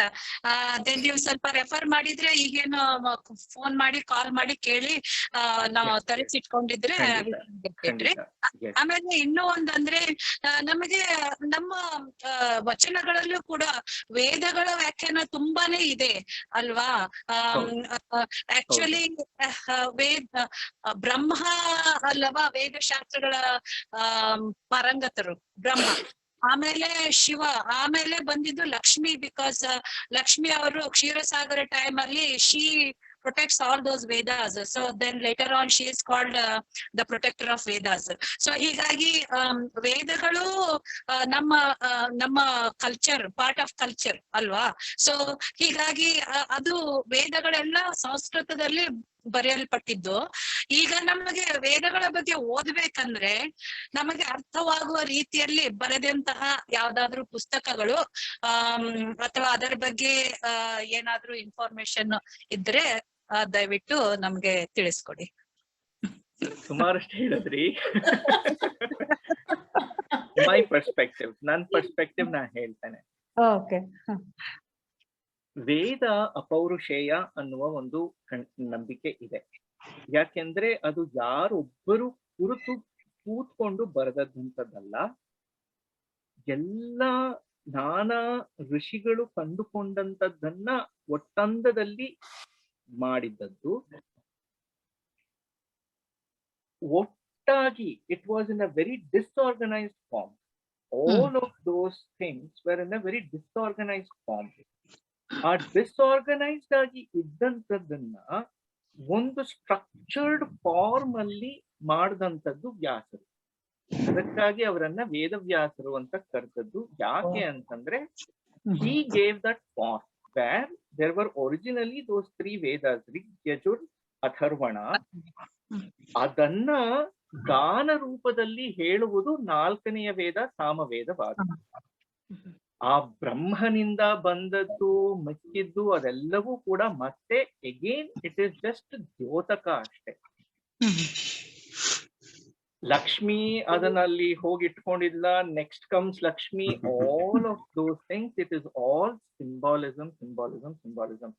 That part of what you are saying, Lakshmi ಇಟ್ಕೊಂಡಿದ್ರು ಕ್ಷೀರಸಾಗರದಲ್ಲಿ, ಅದೆಲ್ಲ ನಾನ್ ಕೇಳಿಲ್ಲ. ನಾನ್ ಕೇಳಿರೋಷ್ಟು ಕಥೆಗಳಲ್ಲಿ ಆ ತರದ ವ್ಯಾಖ್ಯಾನ ನಾನು ಕಂಡಿಲ್ಲ. ಬಟ್ ಒಟ್ಟಿನಲ್ಲಿ ಏನು, ಜ್ಞಾನ ಎಲ್ಲಿಂದ ಬರುತ್ತೆ? ಜ್ಞಾನ ಬರುವಂಥದ್ದು ನಾವು ಭಗವತ್ ತತ್ವವನ್ನ ಕುರಿತು ಚಿಂತನೆಯನ್ನ ಮಾಡುವಾಗ ಜ್ಞಾನ ಬರುವಂಥದ್ದು. ಆ ಭಗವಂತ ಯಾರಲ್ಲಿದ್ದಾನೆ? ನಮ್ಮೊಳಗಡೆನೆ ಇದ್ದಾನೆ. ಆ ರೀತಿ ಎಲ್ಲ ಬೇರೆ ಬೇರೆ ಎಲ್ಲರೂ ಕಂಡುಕೊಂಡಂತಹ ಸತ್ಯಗಳನ್ನ ಇನ್ ಅ ವೆರಿ ಡಿಸ್ಆರ್ಗನೈಸ್ಡ್ ಫಾರ್ಮ್ ಆಗಿದ್ದದನ್ನ ಒಂದು ಸ್ಟ್ರಕ್ಚರ್ ಕೊಟ್ಟರು ವ್ಯಾಸರು. ಅಷ್ಟೇನೆ ವೇದಗಳಲ್ಲಿ ನಿಮಗೆ ಬರುವಂಥದ್ದು. ಕಾಲಾಂತರದಲ್ಲಿ ಆ ವೇದಗಳಲ್ಲೂ ಕೂಡ again to what you said, like there was so much of things that they said, let us take the essence of all of this. ಜ್ಞಾನಕ್ಕೆ ಸಂಬಂಧಪಟ್ಟಿರುವಂಥದ್ದನ್ನ ನಾನು ತಗೊಂಡು ಅದನ್ನ ಕೇಂದ್ರವಾಗಿಟ್ಟುಕೊಂಡು ಅದಕ್ಕೆ ವ್ಯಾಖ್ಯಾನಗಳನ್ನ ಬರೆದಂಥದ್ದು. ಅದು ನಿಮಗೆ ಉಪನಿಷತ್ತುಗಳಲ್ಲಿ ಕಂಡು ಬಂತು. ವೇದದಲ್ಲಿ ಇದ್ದಂತಹ ಜ್ಞಾನ ಪ್ರಧಾನವಾದಂತಹ ಒಂದಷ್ಟು ವಿವರಗಳನ್ನ ನೀವು ಉಪನಿಷತ್ತಿನಲ್ಲಿ ಕಾಣ್ತೇವೆ. ಯಾವುದೇ ಒಂದಿರಲಿ, ವಚನಗಳಲ್ಲೂ ಕೂಡ ನಿಮಗೆ ಒಂದಷ್ಟು ಆಚರಣೆಗೆ ಸಂಬಂಧಪಟ್ಟಿರುವಂಥದ್ದಿರುತ್ತೆ, ಒಂದಷ್ಟು ಜ್ಞಾನಕ್ಕೆ ತತ್ವಕ್ಕೆ ಸಂಬಂಧಪಟ್ಟಿರುವಂಥದ್ದಿರುತ್ತೆ. ಯಾವಾಗ ಆಚರಣೆ ತುಂಬಾ ಪ್ರಬಲವಾಗಿ ಹೋಗುತ್ತೋ ಅದು ಏನು ಅಂತಂದ್ರೆ ಗಟ್ಟಿ ಹೊಡ್ಕೊಂಡು ಎಕ್ಸಾಮ್ ಪಾಸ್ ಮಾಡ್ದಂಗೆ. ನಾನು ಬರೇ ಆಚರಣೆಗೇನೆ ಪ್ರಾಧಾನ್ಯತೆ ಕೊಡ್ತೀನಿ ಅನ್ನೋದು ಊರು ಹಚ್ಕೊಂಡು ಎಕ್ಸಾಮ್ ಬರ್ದಂಗೆ. ಅಲ್ಲ, ಕಾನ್ಸೆಪ್ಟ್ ಅರ್ಥ ಮಾಡ್ಕೊಳ್ಳಿ, ಅದರ ಹಿಂದಿನ ತತ್ವವನ್ನ ಅರ್ಥ ಮಾಡ್ಕೊಳ್ಳಿ ಅನ್ನುವುದು ಜ್ಞಾನದ ಒಂದು ಸಂಕೇತ. ಸೊ ಆ ರೀತಿ ಆಗಿರುವಂಥದ್ದು. ಸೊ ಹಾಗಾಗಿ ಆ ಎಲ್ಲ ಪೌರಾಣಿಕ ಹಿನ್ನೆಲೆಗಳೆಲ್ಲ ಏನೇನಿದೆ ಅದನ್ನೆಲ್ಲ ನಾವು ಆದಷ್ಟು if we take it as symbolism and understand the essence behind it, it is going to be more helpful ಅಂತ ಅಂದ್ಬಿಟ್ಟು ಅಷ್ಟೇನೆ. Coming to this aspect of like, ಹಾಗಿದ್ರೆ ವೇದಗಳನ್ನ ತಿಳ್ಕೊಳ್ಳೋದಿಕ್ಕೆ ನನಗೆ ಓದಲಿಕ್ಕೆ ಇಂಟ್ರೆಸ್ಟ್ ಇದೆ, ನನಗೆ ಇನ್ನ ತಿಳ್ಕೊಳ್ಬೇಕು ಅನ್ನೋ ಇಂಟ್ರೆಸ್ಟ್ ಇದೆ ಅಂತಂದ್ರೆ, ಆ ರೀತಿ ನಿಮಗೆ ಅದರಲ್ಲಿ ಮನಸ್ಸಿದ್ದ ಪಕ್ಷದಲ್ಲಿ ನಿಮಗೆ ವೇದಾಂತ ಬುಕ್ ಹೌಸ್, ಚಾಮರಾಜಪೇಟೆ ಬೆಂಗಳೂರಲ್ಲಿ ವೇದಾಂತ ಬುಕ್ ಹೌಸ್ ಅಂತ ಇದೆ. ವೇದಾಂತ ಬುಕ್ ಹೌಸ್ ನೀವು ಹೋದ್ರೆ you will find amazing set of collections of commentaries on Vedas and everything, and you can easily choose. Vedanta Book House in Chamrajpet is a treasure house of information for you. So I would definitely recommend that. ಧನ್ಯವಾದಗಳು. ಥ್ಯಾಂಕ್ ಯು. ನಮಸ್ಕಾರ. Okay ದಾದವ್ರೆ ಕೇಳಿ. ಏನಿಲ್ಲ, ಅದು books ಇದು ಏನಂದ್ರೆ ಬಿಜಾಪುರ ಆಶ್ರಮದಲ್ಲಿ ಸಿಗ್ತಾವ್ರಿ, ಸಿದ್ದೇಶ್ವರ ಆಶ್ರಮದಲ್ಲಿ ಬುಕ್ಸ್. ನಮಗ್ ಲಾಸ್ಟ್ ಟೈಮ್ ಹೋದಾಗ ಸಿಕ್ತದು, ಅಲ್ಲಂ ಪ್ರಭು ಬಗ್ಗೆ ಬರ್ದಿದ್ದು. We got that one, but there are lot of them they have there. I don't know other places. ಬಿಜಾಪುರ್ಗೆ ಯಾರು ಹೋಗ್ತಿದ್ರಂದ್ರೆ ಅವ್ರ ಕಡೆಯಿಂದ ತರಿಸ್ಕೋಬಹುದು. ಅದು ಒಂದು. ಒಂದು ಕ್ವಶನ್ ಏನಂತಂದ್ರೆ, ಸ್ವಲ್ಪ ನಾವು ಅಜ್ಞಾನಿಗಳು ಮಾತಾಡುದು, ಸೊ ತಪ್ಪು ಅಷ್ಟೆಲ್ಲ ಹೇಳ್ಬೇಡಿ ದಯವಿಟ್ಟು. ಈಗ ನೀವು ಕುರುಡರ ಕಥೆ ಹೇಳಿದ್ರಿ, ಓಕೆ, ಎಲ್ಲರಿಗೂ ಗುರ್ತಿದ್ದು. ಕಿವಿ ಚಾಮ ಇದು ಏನಂದ್ರೆ ಫ್ಯಾನ್ ತರ ಇರುತ್ತೆ, ಏನೋ the body will be like a wall, tail will be like hagga ಅಂತ ಹೇಳಿ. ಈಗ ಏನಾಗ್ತದೆ, ಎವ್ರಿ ಡೇ ಇದ್ರೊಳಗೆ ಜನಸಾಮಾನ್ಯರು ನಮ್ಮಂತವ್ರಿಗೆ ಎಲ್ಲಾನು ಓದೋದು ಆಗುದಿಲ್ಲ. You cannot read all vachana, everything and understand. It's impossible. True. It doesn't mean that ಈಗ ನೀವು ಹೋಲ್ ಆನೆ ತಗೊಂಡ್ರತ್ತಂದ್ರ ಅದರ ಕಿವಿ ಫ್ಯಾನ್ ತರ ಇದ್ದಿದ್ದೇನೋ ಅಲ್ಲ ಅಂತೇನಲ್ಲ. ಏನೋ it is correct. What they visualize, what they read, what they understood is correct. It's not that ಪೂರ್ಣ ಓದಿಲ್ಲ ಅವರು, ಅದಕ್ಕೆ ಅವ್ರು ಏನ್ ಹೇಳ್ತಾರ ಅದು ತಪ್ಪು, ಅವ್ರು ತಿಳ್ಕೊಂಡಿದ್ದು ತಪ್ಪು ಅನ್ನುವಂತ ಇದು ಭಾವನೆ ಬರಬಾರ್ದು ಯಾರ ಹತ್ರ. You know that is very important. ಒಂದು. ಎರಡನೇ ಪಾಯಿಂಟು, ಈಗ ನಾವು ಈಗ ಶಿವ ಆಗ್ಲಿ, ನೀವು ಎಷ್ಟೋಕ್ಕಿಂತ ಒಂದು ಪಿಕ್ಚರ್ಸ್ ತೋರಿಸಿದ್ರಿ ನೀವು. ಏನೋ ಇದು ನನಗೆ ತಿಳಿದ ಮಟ್ಟಿಗೆ ಇದು ಒಂದು ಕಲಾಕಾರನ ಒಂದು ಊಹೆ. Okay, over the period there was nothing originally, nothing. There is no as such with 4 legs or 8 legs or 12 hands and all those things are all, you know, I'm sorry to say those are all just, you know, made up things. There is ಯಾಕಂತಂದ್ರೆ ಎಲ್ಲಾ ವಚನದಲ್ಲಿ ಎಲ್ಲಾ ಕಡೆ ಹೇಳ್ತಾನೆ he is a ನಿರಾಕಾರ, you know, ಆಕಾರ ಇಲ್ಲ, ಸ್ವರೂಪ ಇಲ್ಲ. ಮೋಸ್ಟ್ ಆಫ್ ದೆಮ್, ಅಥವಾ ನೀವು ಮತ್ತೊಂದು ಉಳಿದ ಧರ್ಮದೊಳಗು ತಗೊಂಡ್ರೆ ಸೈತ್ರಿ, ಈಗ ಇದು ತಗೋರಿ ಏನಂದ್ರೆ ಮುಸ್ಲಿಂ ಧರ್ಮದಲ್ಲಿ they won't say that there is any figure. Even ಇವು ಕ್ರಿಶ್ಚಾನಿಟಿ ಒಳಗ Jesus who is the person, they show that picture, but they don't say the who is the god. ಎಲ್ಲ ಬೇರೆ ಬೇರೆ ಧರ್ಮದೊಳಗೆ ತಗೊಂಡ್ರೆ ಸಹಿತ at the end they all say that there is no, like ನಾವು figure ಕೊಡೋದು ಎದಕ್ಕಂತಂದ್ರೆ kind of understanding, story telling, those are all okay. But ಅದರಿಂದ ಏನಾಗ್ಬಿಡ್ತದ ನೋಡ್ರಿ, ಈಗ ನೀವು ಓವರ್ ದಿ ಪೀರಿಯಡ್ ಏನಾಯ್ತು, ಈಗ ಒಬ್ಬ ಕಲಾಕಾರ ಶಿವನ ಕ್ರಿಯೇಟ್ ಮಾಡಿದ, ಮತ್ತೊಬ್ಬ ವಿಷ್ಣುವನ್ ಕ್ರಿಯೇಟ್ ಮಾಡಿದ, ಮತ್ತೊಬ್ಬ ಬ್ರಹ್ಮನ್ ಕ್ರಿಯೇಟ್ ಮಾಡಿದ, ಮತ್ತೊಬ್ರು ಲಕ್ಷ್ಮೀನ್ ಕ್ರಿಯೇಟ್ ಮಾಡಿದ್ರು. ಹಿಂಗಾಗಿ over the period it has got totally core ಏನಿತ್ತಲ್ಲ ಅದನ್ನ ಬಿಟ್ಟು went all the way and then becomes the groups. ನಾವು ಲಕ್ಷ್ಮಿ ಫಾಲೋವರ್ಸು, ನಾವು ವಿಷ್ಣು ಫಾಲೋವರ್ಸು, ನಾವು ಅಯ್ಯಪ್ಪನ ಫಾಲೋವರ್ಸು, ನಾವು ಅಥವಾ ಬಸವಣ್ಣನ ಫಾಲೋವರ್ಸ್. ಹಿಂಗ we tried to become, instead of becoming one, we started becoming, separate. Groupism start ಆಗಿಬಿಡ್ತು ಈ ತರದಿಂದ. So is it okay to go back and discuss about these things, or that's what it's a little Absolutely. bit tricky situation. Absolutely. Yeah. I'm not saying what you are explaining and all. There is it's really No, good. of course. Yeah. ಹಂಗೇನ್ ತಿಳ್ಕೊಬೇಡಿ. Yeah. So just ಇಲ್ಲ. couple of comments ಅಷ್ಟೇ. Correct. ಹೇಳ್ತೇನೆ. Thanks. See, ನೀವು ಕಥೆಗೆ refer ಮಾಡಿದ್ರಿ. ಅವರು ಚಾಮ್ರದ ತರ ಇತ್ತು, ಬಾಲದ ತರ ಇತ್ತು, ಕರೆಕ್ಟ್. ಆ interpretation it is still true, but an elephant is like a thread ಅನ್ನೋದಕ್ಕೂನು, an elephant is like a rope ಅನ್ನೋದಕ್ಕೂನು, an elephant's tail is like a rope ಅನ್ನೋದಕ್ಕೂನು ವ್ಯತ್ಯಾಸ ಉಂಟು. An elephant is like a fan ಅನ್ನೋದಕ್ಕೂನು, an elephant's ears are like a fan ಅನ್ನೋದಕ್ಕೂನು ವ್ಯತ್ಯಾಸ ಉಂಟು. Correct. Okay, ಅಲ್ವಾ? let me explain you about that. So ಸಾರಾಸಗಟಾಗಿ ಇಲ್ಲ ಹೇಳ್ತೇನೆ ಸಾರಾಸಗಟಾಗಿ ಎಲ್ಲವೂ ಕೂಡ ಅವರು ಇದನ್ನೆಲ್ಲ ತಿರಸ್ಕರಿಸಿದ್ರು, ನಿರಾಕರಿಸಿದ್ರು ಅಂತ ಒಟ್ಟಂದದಲ್ಲಿ ಹಾಗೆ ಹೇಳ್ಬಿಡುವಂಥದ್ದು is like saying that an elephant is like a fan. ವಚನಕಾರರಾಗಲಿ ಯಾರೇ ಆಗಲಿ ವೇದದಲ್ಲಿ ಅಥವಾ ಪುರಾಣಗಳಲ್ಲಿ ಬಂದಂತಹ ಕೆಲವಾರು ವಿಷಯಗಳನ್ನ rightfully so they rejected it. Absolutely. I am not at all discounting that. I am not at all saying that they did not do it. ಹೇಳ್ತೇನೆ, ಅದನ್ನು ಆ ವಚನಗಳನ್ನು ತಗೊಂಡ್ಬರ್ತೇನೆ.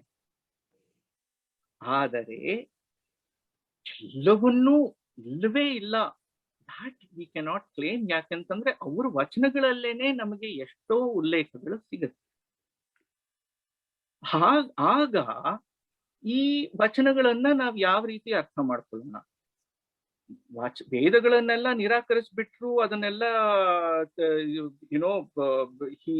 ಕಂಪ್ಲೀಟ್ಲಿ ಡಿಸ್ರಿಗಾರ್ಡೆಡ್ ಅನ್ನೋದು ಆ ವಚನಗಳಲ್ಲಿ ಕಾಣಿಸ್ತು ಅಂತಂದರೆ ಈ ವಚನಗಳನ್ನೆಲ್ಲ ಏನಂತ ಅನ್ಬೇಕು?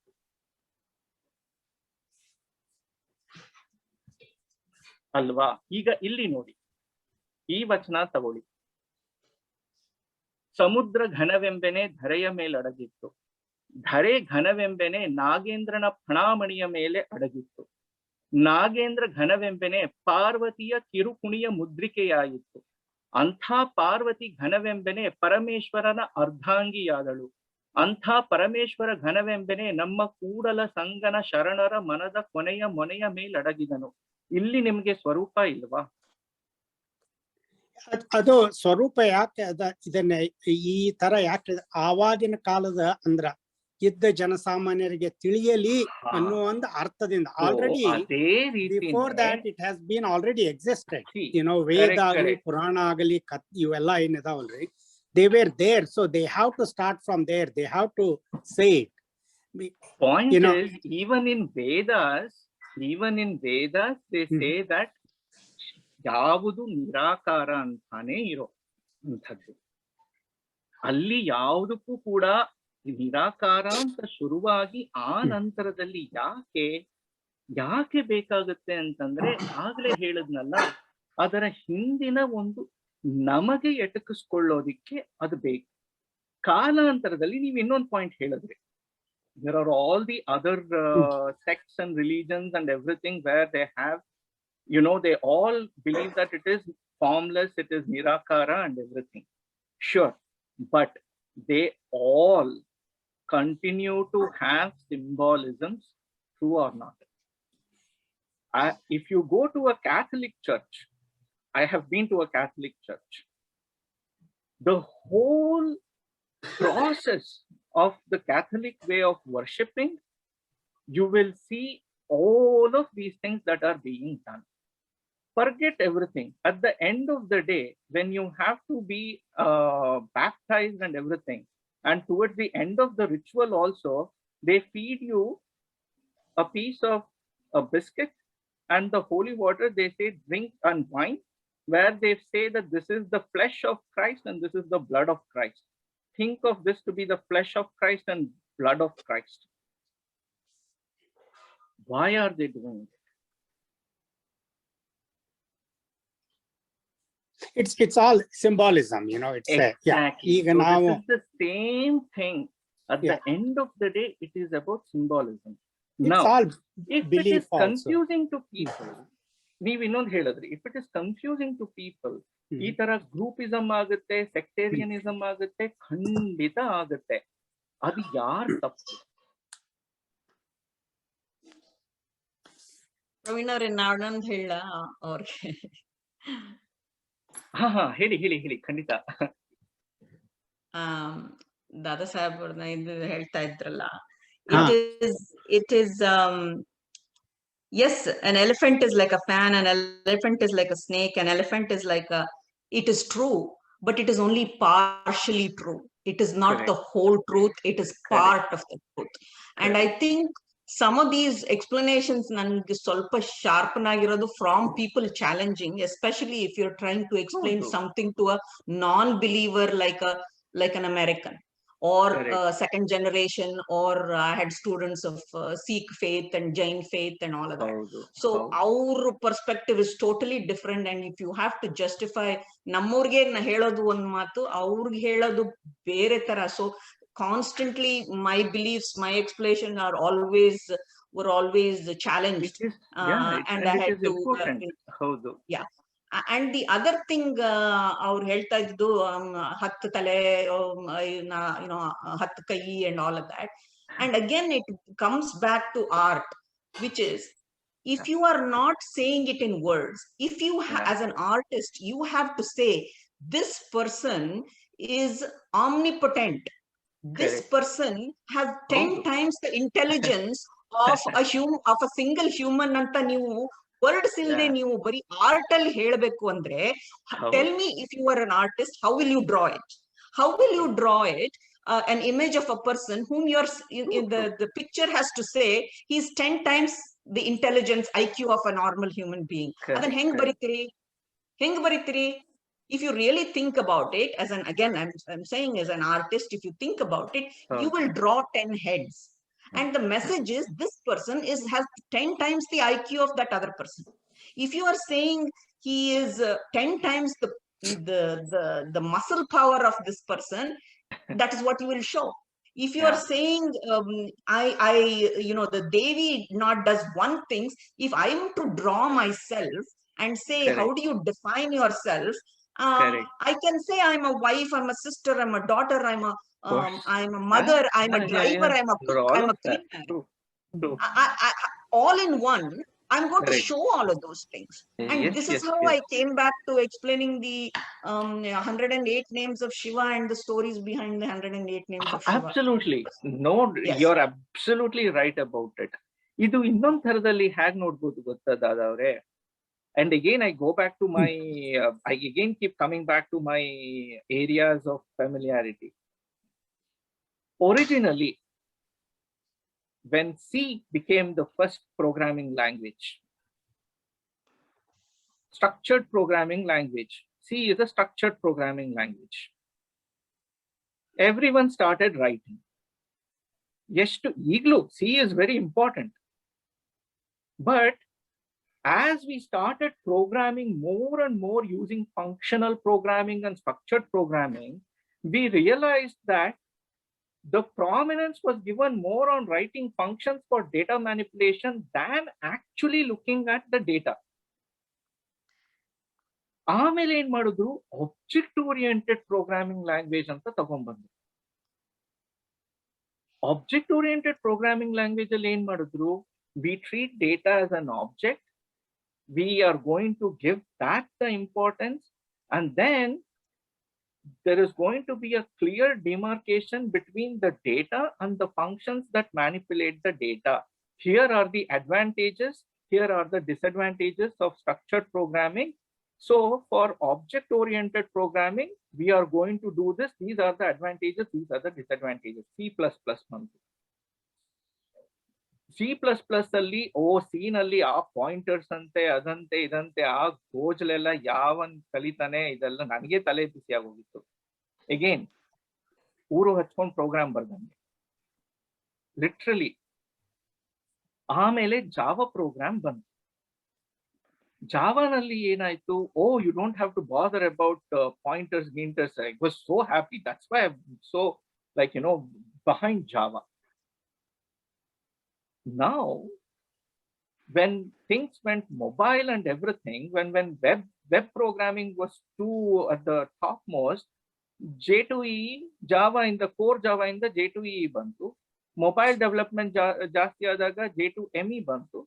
ಅದಕ್ಕೂ ಸರಿ ಹೋಗೋದಿಲ್ಲ ಅಂತ ಅಂದ್ಬಿಟ್ಟು. ಪಾಯಿಂಟ್ ಇಸ್, ಕಾಲ ದೇಶಗಳು ಬದಲಾಗ್ತಾ ಹೋಗ್ತಾ ಇದ್ದ ಹಾಗೇನೆ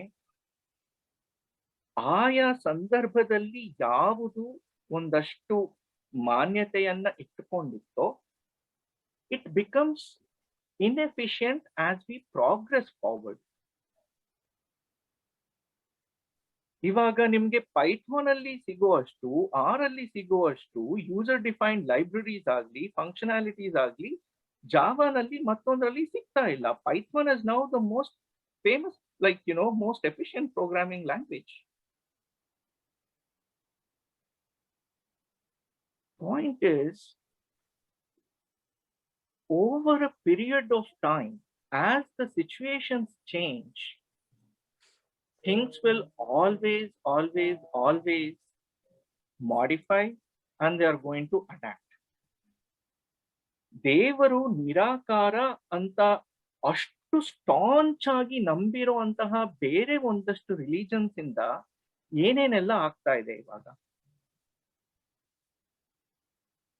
The amount of native cultures that have suffered at the hands of some of these, we need not forget that. The amount of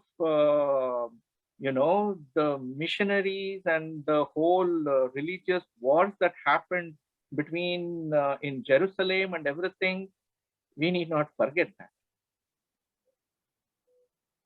Point is, at the end of the day, are we trying to assimilate, or are we trying to split things apart?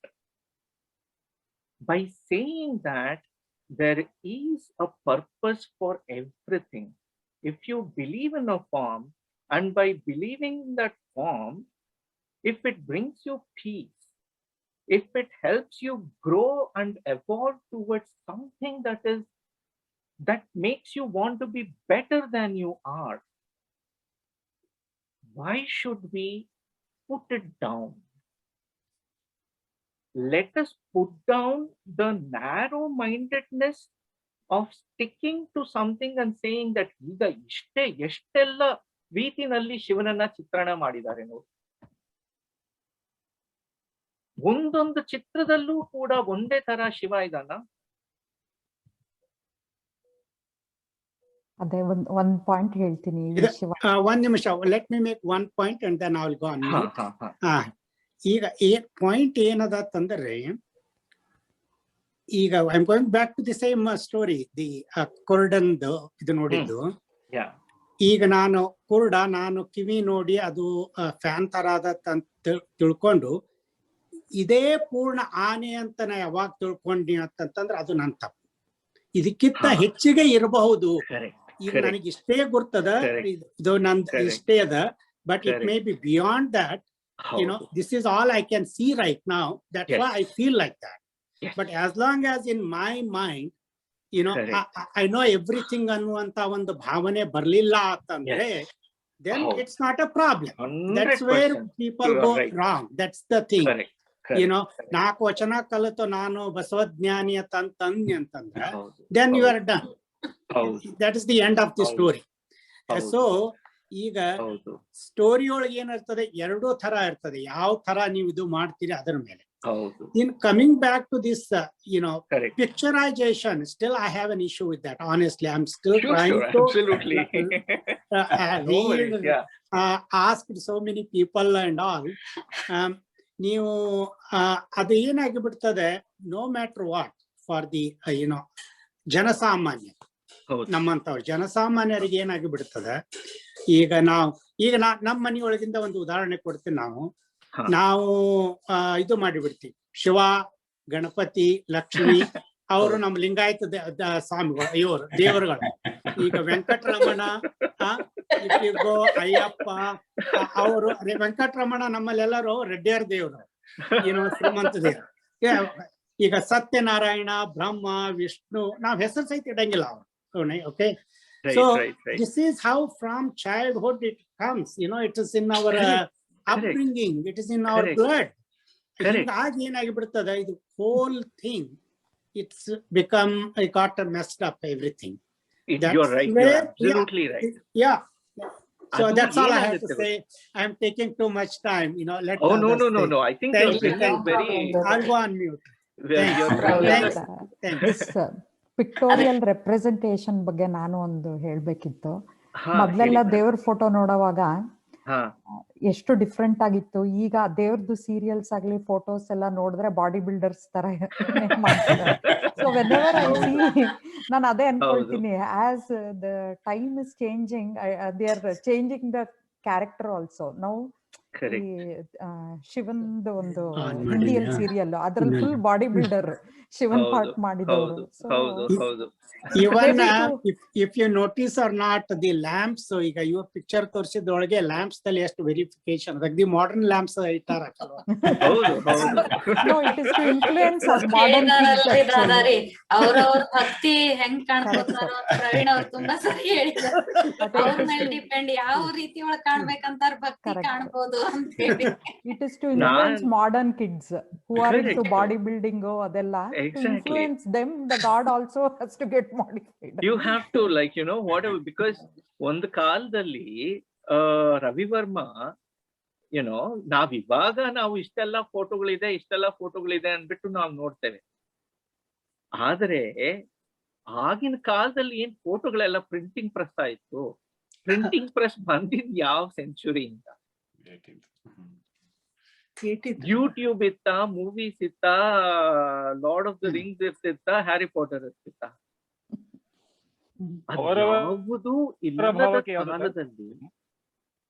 ಅದ್ಯಾವುದು ಇಲ್ಲದಂತಹ ಕಾಲದಲ್ಲಿ ಯಾವ ರೀತಿ ಭಗವತ್ ತತ್ವ ಅನ್ನೋದನ್ನ, ಅದರ ಹಿಂದಿನ ಸಿದ್ಧಾಂತ ಅನ್ನೋದನ್ನ, ಅದರ ಹಿಂದಿನ ಆ ಒಂದು ಮೂಲವಾದ ಉದ್ದೇಶ, ಶಾಶ್ವತವಾದಂತಹ ತತ್ವಗಳು ಯಾವುದಿದೆ ಅದನ್ನ ಪ್ರಚುರಪಡಿಸಿದ ರೀತಿ ಎಂಥದ್ದು, ಅದನ್ನ we will have to think about that. And ಹೇಳಿ ಶ್ರೀಶೈಲ್ ಅವರೇ. Yeah, Praveen avare, I've been listening for a while, everyone's opinion. It has somewhat diluted what you have presented, but let me recapture what I mean to say is, when you want to express the divinity in an emotional and devotional form, a lot of these futures, pictures, all those fictitious stories, characters, they create a project. Correct. ಹೌದಾ? ದೇವರ 10 ತಲೆಮಾರು ಜ್ಞಾನವಂತ ಅಂದ್ರೆ 10 ತಲೆ ತೋರಿಸಿದ್ರಲ್ಲ ಚಿತ್ರಣ, that will take you to certain level at an emotional and devotional level. Correct. If you want to experience the divinity at the actual level, that's where the tattva ಅಥವಾ ಸತ್ವ ಏನಿದೆ ಅದನ್ನ ನಾವು ತಿಳ್ಕೊಬೇಕಾಗ್ತದೆ. ನೀವು ಶಿವನ ತತ್ವವನ್ನು ಹೇಳಿದ್ರಿ. ಶಿವನ ತತ್ವ ಅಂದ್ರೆ ಸತ್ತು, ಚಿತ್ತು, ಆನಂದ, ನಿತ್ಯ, ಪರಿಪೂರ್ಣ, 5 ಲಕ್ಷಣಗಳನ್ನ ನಾನು ಹೇಳ್ತೀವಿ. ಅವು 5 ಲಕ್ಷಣಗಳನ್ನ ನನ್ನಲ್ಲಿ ನಾನು ಹೇಗೆ ಗುರುತಿಸ್ಕೋಬೇಕು? ಅತ್ಯಂತ ಸರಳವಾದ ಮಾರ್ಗ ಯಾವುದು? Can I grasp all those characters in me and attain that level? ಅಲ್ಲಿ ಬರುತ್ತೆ ಸಾಧನಾ ಪಥ. ಹೌದು. ಈಗ ಒಂದು ಊರಿಗೆ ಹೋಗ್ಬೇಕಾದ್ರೆ 10 ದಾರಿಗಳಿರುತ್ತೆ. ನಿಜ. ಸೊ ನಾನು ಎಲ್ಲಿ ಹೋಗಿ ಮುಟ್ಟಬೇಕು, ಯಾವ ದಾರಿ ತಗೊಂಡು ಹೋಗಿ ನಾನು ನನ್ನ ಗುರಿಯನ್ನ ಮುಟ್ಲಿಕ್ಕೆ ಸಾಧ್ಯ ಅನ್ನೋದನ್ನ ನಾವು ನೋಡ್ಬೇಕಾಗ್ತದೆ. ಹೌದು. ಅಂದ್ರೆ ಯಾವ ಮಾರ್ಗದಿಂದ ನಾನು ಹೋಗ್ತಾ ಇದ್ದೀನಿ, ಅದ ದಾರಿ ಎಲ್ಲಿ ಹೋಗಿ ಮುಟ್ತು ಅಂತ ನಮ್ಗೆ, ಅಥವಾ ಆ ದಾರಿಯಲ್ಲಿ ಹೋದವರ ಅನುಭವನ ನಾವು ಕೇಳ್ಬೇಕಾಗ್ತೈತಿ. ಆ ಮಾರ್ಗ ಮಧ್ಯದಲ್ಲಿ ಏನೇನ್ ಬರುತ್ತೆ. ಸೊ ಹಾಗಿದ್ರೆ you will, these are the markers whether you are heading in the right direction or the wrong direction. Exactly. ಅದನ್ನ ಬಿಟ್ಟು ಸೋಮವಾರ ಒಂದು ದಾರಿಗೆ, ಮಂಗಳವಾರ ಹೋದ್ರೆ ನೀವು ದಿಕ್ಕು ತಪ್ಪಿ ಕೂಡ್ತೀರಿ. ಸೋಮವಾರ ಶಿವನ ಗಿಡಕ್ಕೆ ಹೋಗ್ತೀನಿ, ಮಂಗಳವಾರ ದೇವಿ ಗಿಡಕ್ಕೆ ಹೋಗ್ತೀನಿ, ಬುಧವಾರ ಮನೆ ಕೂತ್ರೆ ಟಿವಿ ನೋಡ್ತೀನಿ, ಗುರುವಾರ ಸಾಯಿಬಾಬಾ ಹೋಗ್ತೀನಿ. Correct correct. ಇದನ್ನ ನಾನ್ ಮುಂದಿನದ್ರಲ್ಲಿ ತಗೊಂಬರೋಣ ಅಂತಿದ್ದೆ. ಯಾಕೆಂದ್ರೆ ಇಲ್ಲಿ ಆದಯ್ಯನವ್ರದ್ದು ಒಂದು ವಚನ ಬರುತ್ತೆ, ಶಿವಭಕ್ತಿ ಎಂಬುದು ಯುಕ್ತಿಯ ಪರ್ಯಂತಲ್ಲ ಅಂತ ಅಂದ್ಬಿಟ್ಟು. ಅದನ್ನ ಇಟ್ಕೊಂಡು I was going to talk about ಈ ಏಕದೇವೋಪಾಸನೆ ಕೂಡ ಅದರ ಹಿಂದಿನ ತತ್ವ ಏನು ಅನ್ನೋದನ್ನೆಲ್ಲಾನು ಕೂಡ ಅಗೇನ್ ಬ್ರಿಂಗಿಂಗ್ ಇಟ್. ಇವಾಗ ನಾನು ಇಲ್ಲಿ ಕೂತ್ಕೊಂಡು ಇದನ್ನ ಮಾಡ್ತಿದೀನಿ ಅಂತಂದ್ರೆ ನಾನು ಹೊರಗಡೆ ಮಾಲ್ ಸುತ್ತಕ್ ಹೋಗ್ತಾ ಇಲ್ಲ, ನಾನು ಹೊರಗಡೆ ಕಾರಲ್ಲಿ ಲಾಂಗ್ ಡ್ರೈವ್ ಹೋಗ್ತಾ ಇಲ್ಲ. ಯಾಕೆ? ಇಲ್ಲಿ ಕೂತ್ಕೊಂಡು ಇದನ್ನ ಮಾಡ್ತಾ ಇದ್ದೀನಿ. ಇದು ಪ್ರಾಧಾನ್ಯತೆಗೆ ಬಂತು. ಹೌದು, ಅದಕ್ಕೆ ಇವ್ ಬಸವಾದಿ ಶರಣರನ್ರಿ ಯಾರೇ ಅಲ್ರಿ, ಅವ್ರು ಏಕದೇವ ಉಪಾಸನೆಗೆ ಮಹತ್ವ ಕೊಟ್ರು. ಆಮೇಲೆ ಹೊರಗಡೆಯಿಂದ ಅವ್ರು ಯಾಕೆ ಖಂಡಿಸಿದ್ರು ಅಂತಂದ್ರೆ the exploitation in the name of these, that ಖಂಡಿಸಿದ್ರು. ಆದ್ರ ಮೂಲ ತತ್ವ ಏನಿದೆ ಅದನ್ನ ಅವ್ರು ಅಲ್ಲಿ ಗಳಿದಿಲ್ಲ. ಆಮೇಲೆ ಇದು ಕೆಲವೊಂದು ಬಸವಣ್ಣನವರ ವಚನದಲ್ಲಿ ನೀವು ನೋಡಿದಾಗ ಶಿವನ ಬಗ್ಗೆ ಇದ್ರ ಬಗ್ಗೆ ಎಲ್ಲ ಬರ್ದಿರ್, ನಾಗಲೋಕ ವೇದಲೋಕ. ದಟ್ ರಿಫ್ಲೆಕ್ಟ್ಸ್ ಇಸ್ ಆಗಮಿಕ tradition of education is early stage. Exactly. ನೀವು ಕರ್ಮದಿಂದ ಧರ್ಮದತ್ತ ಏನು ಬಸವಣ್ಣನವರ ಮಾರ್ಗ ಇತ್ತು, ಅದರಲ್ಲಿ you will find all those things. ಅವು ಸುಮಾರು 1400 ವಚನಗಳಿಂದ 40-50 ವಚನಗಳಲ್ಲಿ ಅವೆಲ್ಲ ಬರುತ್ತೆ. ಬಿಕಾಸ್ ಅದು ಸ್ಥಾವರ ಲಿಂಗ ಆಧಾರವಾಗಿ ಇಟ್ಕೊಂಡು ಬರೆದಂತ ವಚನಗಳಲ್ಲಿ ನಾವು ಅದನ್ನೆಲ್ಲ ಕಾಣ್ತೀವಿ. ಮುಂದೆ ಅದು ಪರಿಪೂರ್ಣತೆಗೆ ಹೋದಾಗ ಲಿಂಗದಿಂದ ಮಹಾಲಿಂಗದತ್ತ ಅವ್ರ ಅರ್ಥ ಇತ್ತು. That's where you find all the rejection of all this blind faith and belief. That's where they created that sadhana patha marga. ಅಲ್ಲಿ ನಾವು ಕಾಣ್ತೀವಿ. ಟ್ರೂ. ಅದನ್ನ ಮುಂಚಿಂದಾನು ಯಾವ ಮಾರ್ಗನೇ ನೀವು ತಗೊಳ್ಳಿ, ಎಲ್ರು ವೇದಾನೇ ಹೇಳುತ್ತೆ, ಯಾರು ಬ್ರಹ್ಮನನ್ನ ತಿಳ್ಕೊಂಡ್ಬಿಟ್ಟಿದಾರೋ, ಬ್ರಹ್ಮ ಅಂದ್ರೆ ಆ ಪರತತ್ವವನ್ನ ತಿಳ್ಕೊಂಡ್ಬಿಟ್ಟಿದ್ದಾರೋ ಅವರು ವೇದ ಓದಿ ಏನು ಪ್ರಯೋಜನ ಆಗೋದಿಲ್ಲ ನಿಮ್ಗೆ. ಹೌದು. ಯಾರು ಬರೇ ಇದನ್ನ ಊರು ಹಚ್ಕೊಂಡಿರ್ತಾರೋ, ಯಾರಿಗೆ ಬ್ರಹ್ಮಾನುಭವ ಆ ಆನಂದ ಅನುಭವ ಆಗೋದಿಲ್ವೋ, ನಿಮಗೂ ಕೂಡ ಇದು ಏನು ಕಾಲ ಕಸಕ್ಕಿಂತಾನು ಕಡೆ ಏನು ಪ್ರಯೋಜನ ಆಗಿಲ್ಲ ನಿಮ್ಗೆ. ಅಲ್ಲೇ ಪ್ಯಾರಾಡಾಕ್ಸ್. ಹೌದು. ಅದೇ ರೀತಿಯನ್ನು ಸಾಕಷ್ಟು ವಚನದಲ್ಲಿ ನಾವು ನೋಡ್ತೀವಿ. ಕಂಡುದನು ಕಾಣಲರಿಯದೆ, ಕಾಣುವುದನ್ನು ಅರಿಸಿ, ಸಿಕ್ಕಿತು ಎಂಬ ಬಳಲಿಕೆಯು ನೋಡ, ಕಂಡುದನೇ ಕಂಡು ಗುರುಪಾದವ ಹಿಡಿದೊಡೆ, ಕಾಣದುದನು ಕಾಣ ಗುಹೇಶ್ವರ ಅಂತ ಅಲ್ಲಮರು ಹೇಳ್ತಾರೆ. ಹಾಗೆ ಯಾವ್ದು ಕಾಣಿಸ್ತದ ಅದನ್ನ ನೋಡೋದು ಬಿಟ್ಟು ಕಾಣಲಾರ ದೇವ್ರನ್ನ ಹುಡುಕಿ ನಮಗ್ ಸಿಗ್ತೈತಿ ಅಂತ ನಮ್ಮ ಜೀವನ ವ್ರತ ಹೋಗ್ತದ ಅಂತ ಹೇಳಿ ಅವರು ತಮ್ಮ ಅನುಭವದ ಅಲೆಯಲ್ಲಿ ಅವ್ರು ಹೇಳಿದ್ರು. ಬಟ್ ಇದೇ ರೀತಿ ಸಾಕಷ್ಟು ಇದು ಬರುತ್ತೆ. ಭಾವದಲ್ಲೊಬ್ಬ ದೇವನ ಮಾಡಿ, ಮನದಲ್ಲೊಂದು ಮಾಡಿ, ಹೌದಾ, ಎತ್ತ ನೀರಿ ಎತ್ತ ಅರಸುವರು, ಎತ್ತ ಹೋದರಯ್ಯ. ಹಾಗೆ ನಮ್ಮ ಭಾವದಲ್ಲಿ ಮೂಡಿದ ದೇವರಂತ ತಿಳ್ಕೊಂಡು ಅದನ್ನ ವೈಭವೀಕರಿಸ್ತಾ ಒಂದು ಗುಂಪು ಹೋದ್ರೆ ಅದ್ರ ಹಿಂದೆ ಇರುವ ತತ್ವವನ್ನ ಅನುಭವಿಸಿ ಆ ದೇವ ಮಟ್ಟಕ್ಕೆ ಹೋದ ಜನರು ಇದ್ದಾರೆ. ಸೊ ಹೀಗಾಗಿ ಅದು ನಾವು ತತ್ವದ ಮೂಲಕನೇ ನೋಡ್ಬೇಕೆ ವಿನಃ ಅದನ್ನ ವೈಭವೀಕರಿಸಿ ಅದನ್ನ ಪೌರಾಣಿಕ ಹಿನ್ನೆಲೆಯಲ್ಲಿ ನಾವು ಅದನ್ನೇ ದೇವರಂತ ನಂಬಿ ಅದನ್ನ ತೊಳೆದು ಬಳದು ಕೂತು ಅದು ಹೊರಗಡೆ ಮೂರ್ತಿಗಳ ಸ್ವಚ್ಛ ಅದು ಖರೆ ಮನಸ್ಸು ಮಾತ್ರ ಕುರೂಪ ಆಗಬಾರ್ದು. ಅದು ಶರಣ ತತ್ವ. ಹೌದು ಹೌದು. ಅದನ್ನೇ, ಅದಕ್ಕೋಸ್ಕರನೇ ಇದೆಲ್ಲದರ ಹಿಂದೆ ಕೂಡ ಒಂದೊಂದೊಂದಷ್ಟು ಇಟ್ ಈಸ್ ಲೈಕ್ ನಾವ್ ಶುರು ಮಾಡುವಾಗ ಎ ಫಾರ್ ಆಪಲ್ ಅಂತಾನೆ ಶುರು ಮಾಡ್ತೇವೆ. ಅಮ್ಮ ಅದು ಅನ್ಕೊಂಡು, ಹೌದು, ಅಂದ್ರೆ ಅಮ್ಮ ಒಂದಕ್ಕೆ ಅನ್ಕೊಂಡ್ಬಿಟ್ರೆ ಪುರಾಣದಲ್ಲಿ ಆ ತರ ಒಂದು ಫಾರ್ಮ್ಗೆ ಅಂಟ್ಕೊಂಡ್ಬಿಟ್ಟ ಹಾಗೆ.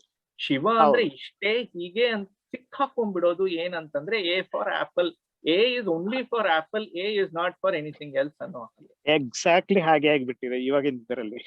ಅದು ನಮ್ಮ ಅದು ನೀವು ದಾದಾ ಅವ್ರೆ, ನೀವು ಇನ್ನೊಂದು ತುಂಬಾ ಒಳ್ಳೆ ಪಾಯಿಂಟ್ ತಗೊಂಬಂದ್ರಿ. ವೆಂಕಟೇಶ್ವರ ಇದೆಲ್ಲದಕ್ಕೂ ಕೂಡ ಎಗೇನ್ ಕಾಲಾಂತರ ಹೇಗೆ ಅಂತಂದ್ರೆ ಅದಕ್ಕೂ ಬರ್ತೇನೆ. Because I was going to cover this also in the next session. ಯಾಕಂತಂದ್ರೆ ವಚನಗಳಲ್ಲೂ ಕೂಡ ನಿಮ್ಗೆ ಸುಮಾರಷ್ಟು ಸಿಗತ್ತೆ. ಈ ತುಂಬಾ ಜನ ಇದಕ್ಕೂ ಆಕ್ಷೇಪ ಎತ್ತುತ್ತಾರೆ, ಮಾರಿ ಮಸಣಿ ಹಾಗೆ ಹೀಗೆ ಅಂತೆಲ್ಲ. ಬಸವಣ್ಣವ್ರು ನೋಡಿ ಜಾನಪದ ದೇವತೆಗಳನ್ನ ಹೀಯಾಳಿಸ್ಬಿಟ್ಟಿದ್ದಾರೆ, ಮೈಲಾರನ ಪೂಜಿಸಿ ನಾಯಿಯಂತೆ ಬೊಗಳುವರಯ್ಯ ಅಂತೆಲ್ಲ ಅಂದ್ಬಿಟ್ಟು ಬರುತ್ತೆ. ಆಯ್ತಾ? ಅಲ್ಲೂ ಕೂಡ ಅದನ್ನ ನಾವು ಸಾಮಾಜಿಕವಾದ ಬೆಳವಣಿಗೆಯ ಹಿನ್ನೆಲೆಯಲ್ಲಿ ನಾವು ನೋಡಿದ್ರೆ, ಈಗ ವೆಂಕಟೇಶ್ವರನ್ನೇ ನಾವು ತಗೊಂಡ್ರೆ ಅದು ಆಕ್ಚುಲಿ ಒರಿಜಿನಲಿ ಅದ್ರದ್ದು ಎಷ್ಟು ಕನ್ಫ್ಯೂಷನ್ ಇದೆ ಅಂತಂದ್ರೆ, originally it is called as Byatraya ಅಂತಂದ್ಬಿಟ್ಟು. ಬೆಂಗಳೂರಲ್ಲಿ ಬ್ಯಾಟ್ರಾಯನ್ಪುರ ಕೇಳಿದೀರಾ ನೀವು? ಆ ಬ್ಯಾಟ್ರಾಯ ಇಸ್ ವೆಂಕಟೇಶ್ವರ. ಏನಾಗುತ್ತೆ ಸಾಮಾಜಿಕವಾಗಿ, again I will go back to relevance of today's issue. Operating system, Windows operating system ಬಂತು. ಪಾಪ್ಯುಲಾರಿಟಿ ಜಾಸ್ತಿ ಆದಾಗ ಆ ಆಪರೇಟಿಂಗ್ ಸಿಸ್ಟಮ್ ಮೇಲೆ ಬೇರೆ ಬೇರೆ ಬೇರೆ ಅಪ್ಲಿಕೇಶನ್ಸ್ ಅನ್ನ ಡೆವಲಪ್ ಮಾಡ್ಲಿಕ್ಕೆ ಶುರು ಮಾಡಿದ್ರು. ಆ ಆಪರೇಟಿಂಗ್ ಸಿಸ್ಟಮ್ಗೆ ಹೊಂದಿಕೊಳ್ಳೋ ಹಾಗೆ ಬೇರೆದನ್ನೆಲ್ಲ ಜೋಡಿಸ್ಲಿಕ್ಕೆ ಶುರು ಮಾಡಿದ್ರು. ಹೌದಾ? ಮೈಲಾರಲಿಂಗ ಎಗೇನ್ ಏನಾಗುತ್ತೆ, ಕಾಲಾಂತರದಲ್ಲಿ ಒಂದು ತತ್ವ ಪ್ರಬಲವಾಗಿ ಜನರ ಮನ್ನಣೆ, ಜನರ ಒಂದು ಶ್ರದ್ಧೆಯನ್ನ ಆಕ್ರಮಿಸಿಕೊಂಡಿದೆ, ಅದನ್ನ ಹಿಡ್ಕೊಂಡಿದೆ ಅಂತ ಅನ್ನುವಾಗ ಬೇರೆ ಎಲ್ಲವನ್ನ ಆ ತತ್ವದ ಸ್ವರೂಪವಾಗಿ ನೋಡುವಂತಹ ಬೆಳವಣಿಗೆ ಕಾಲಾಂತರದಲ್ಲಿ both from a social and natural development perspective ಆಗುವಂಥದ್ದು. ಬೆಟ್ಟದ ಮೇಲಿದೆ ವೆಂಕಟೇಶ್ವರ, ಅವನ ಕಟಿಹಸ್ತವನ್ನ ನೋಡಿದ್ರೆ ಸುಬ್ರಹ್ಮಣ್ಯ, ನಿಮಗೆ ಸುಬ್ರಹ್ಮಣ್ಯನ ಎಲ್ಲಾ ದೇವಸ್ಥಾನಗಳು ನಿಮಗೆ ಬೆಟ್ಟದ ಮೇಲೆ ಸಿಗುವಂಥದ್ದು. ಸುಬ್ರಹ್ಮಣ್ಯನ ಸ್ವರೂಪ ಬ್ಯಾಟರಾಯ. ಬ್ಯಾಟರಾಯ ಯಾಕೆ ಮತ್ತೆ?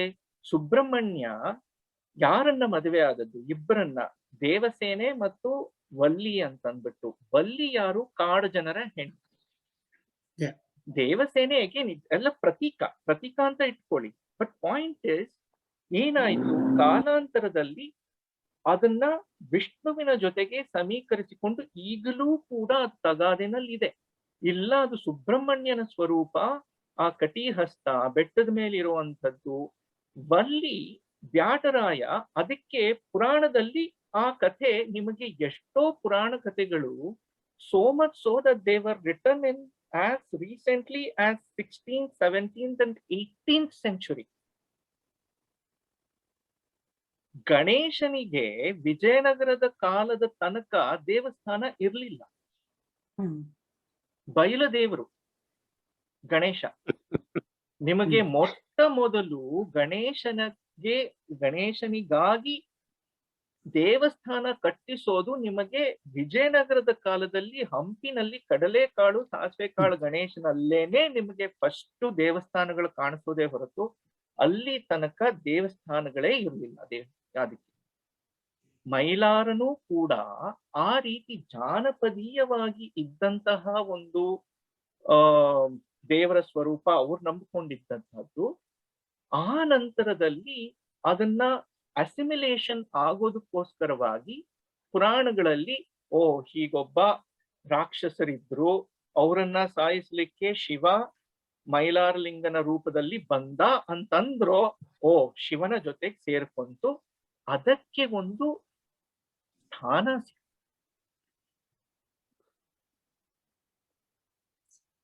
ಆ ರೀತಿ ಅಸಿಮಿಲೇಷನ್ ಆಗೋದಿದೆಯಲ್ಲ, it is a very natural socio dynamic process of assimilation that keeps happening and that will continue to happen.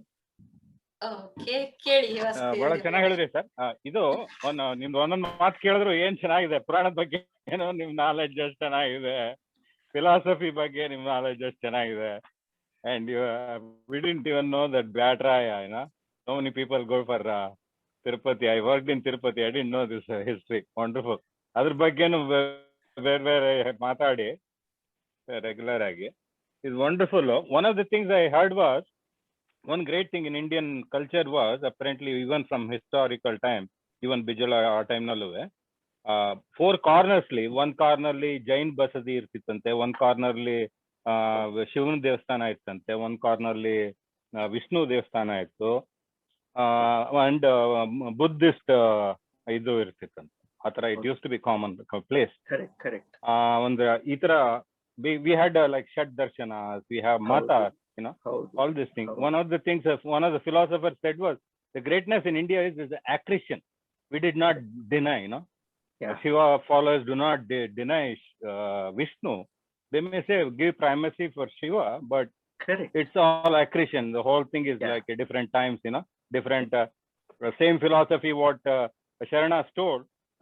Later Dasas told it in a Vaishnava thing. Same message if you listen to it, many even Rupaka and all that. So that's one beauty of Indian thing. We should not think, oh, we are spoiled by this. This is the richest, this is the whole world respects India for it. We should not think, oh, we should become like one-minded, like, Semitic religion. We should celebrate our diversity, which is our wonderful thing. Which other place has this, Shad Darshanas, all this, follow. But whatever you do it authentically, and practice. Not only it's argument, ನೀವು ಅದ್ರ ಬಗ್ಗೆನೂ ಚೆನ್ನಾಗಿ ಇದು ಕೊಡ್ತಿದ್ರಿ. Not only this intellectual thing, how you bring it into life. Wonderful. ಮಾಡಿ ಮಕ್ಕಳಿಗೂ ಮಾಡಿ ಈ ತರದೆಲ್ಲ ಫಂಕ್ಷನ್. ಇದೇ function another suggestion was, if you do it in the morning or evening, ಇಂಡಿಯಾದಲ್ಲೂ students can listen to your wonderful wisdom. ಇದೇ class do it in the morning. ಅಲ್ಲಿ Indians ತುಂಬಾ ಜನ ಇದಾರಲ್ಲ. ಹೌದಾ? ಇಲ್ಲ ನೀವು ಬಹಳ you bring all this wonderful thing, your example of sea, it puts into so much perspective, because we see in history everything in 2 dimensions. All these texts are all as if we are hitting in the same place, but they all happen different time, at different context, different things. Those things you bring it to life. Wonderful. ಮಾಡ್ತಾ ಇರಿ ಭಗವಂತ ಇದೇ ತರ regular. Wonderful. Let it reach more people. Thank you. Thank you Praveen ಅವರೇ, ತುಂಬಾ ಚೆನ್ನಾಗಿ ಆಯ್ತು ಇವತ್ತು ಡಿಸ್ಕಷನ್. ಓಕೆ, ನೀವು 1.5 ಗಂಟೆ ಮಾತಾಡಿದ್ರೆ ಇನ್ನು half an hour question and answers ಅಂತ ಅನ್ಕೊಂಡ್ವಿ. ಆದ್ರೆ ಈಗ half an hour ಮಾತಾಡಿ 1.5 hour it's a very good discussion. Really like it. ಎಲ್ಲರೂ ಅಟ್ ಲೀಸ್ಟ್ ಚಿಂತನೆ ಚೆನ್ನಾಗಿ ಇದಾಗ್ತಾ ಇದೆ. So thank you so much. ಇವತ್ತು ಸೇರಿದ ಎಲ್ಲರಿಗೂ ತುಂಬಾ ಧನ್ಯವಾದಗಳು.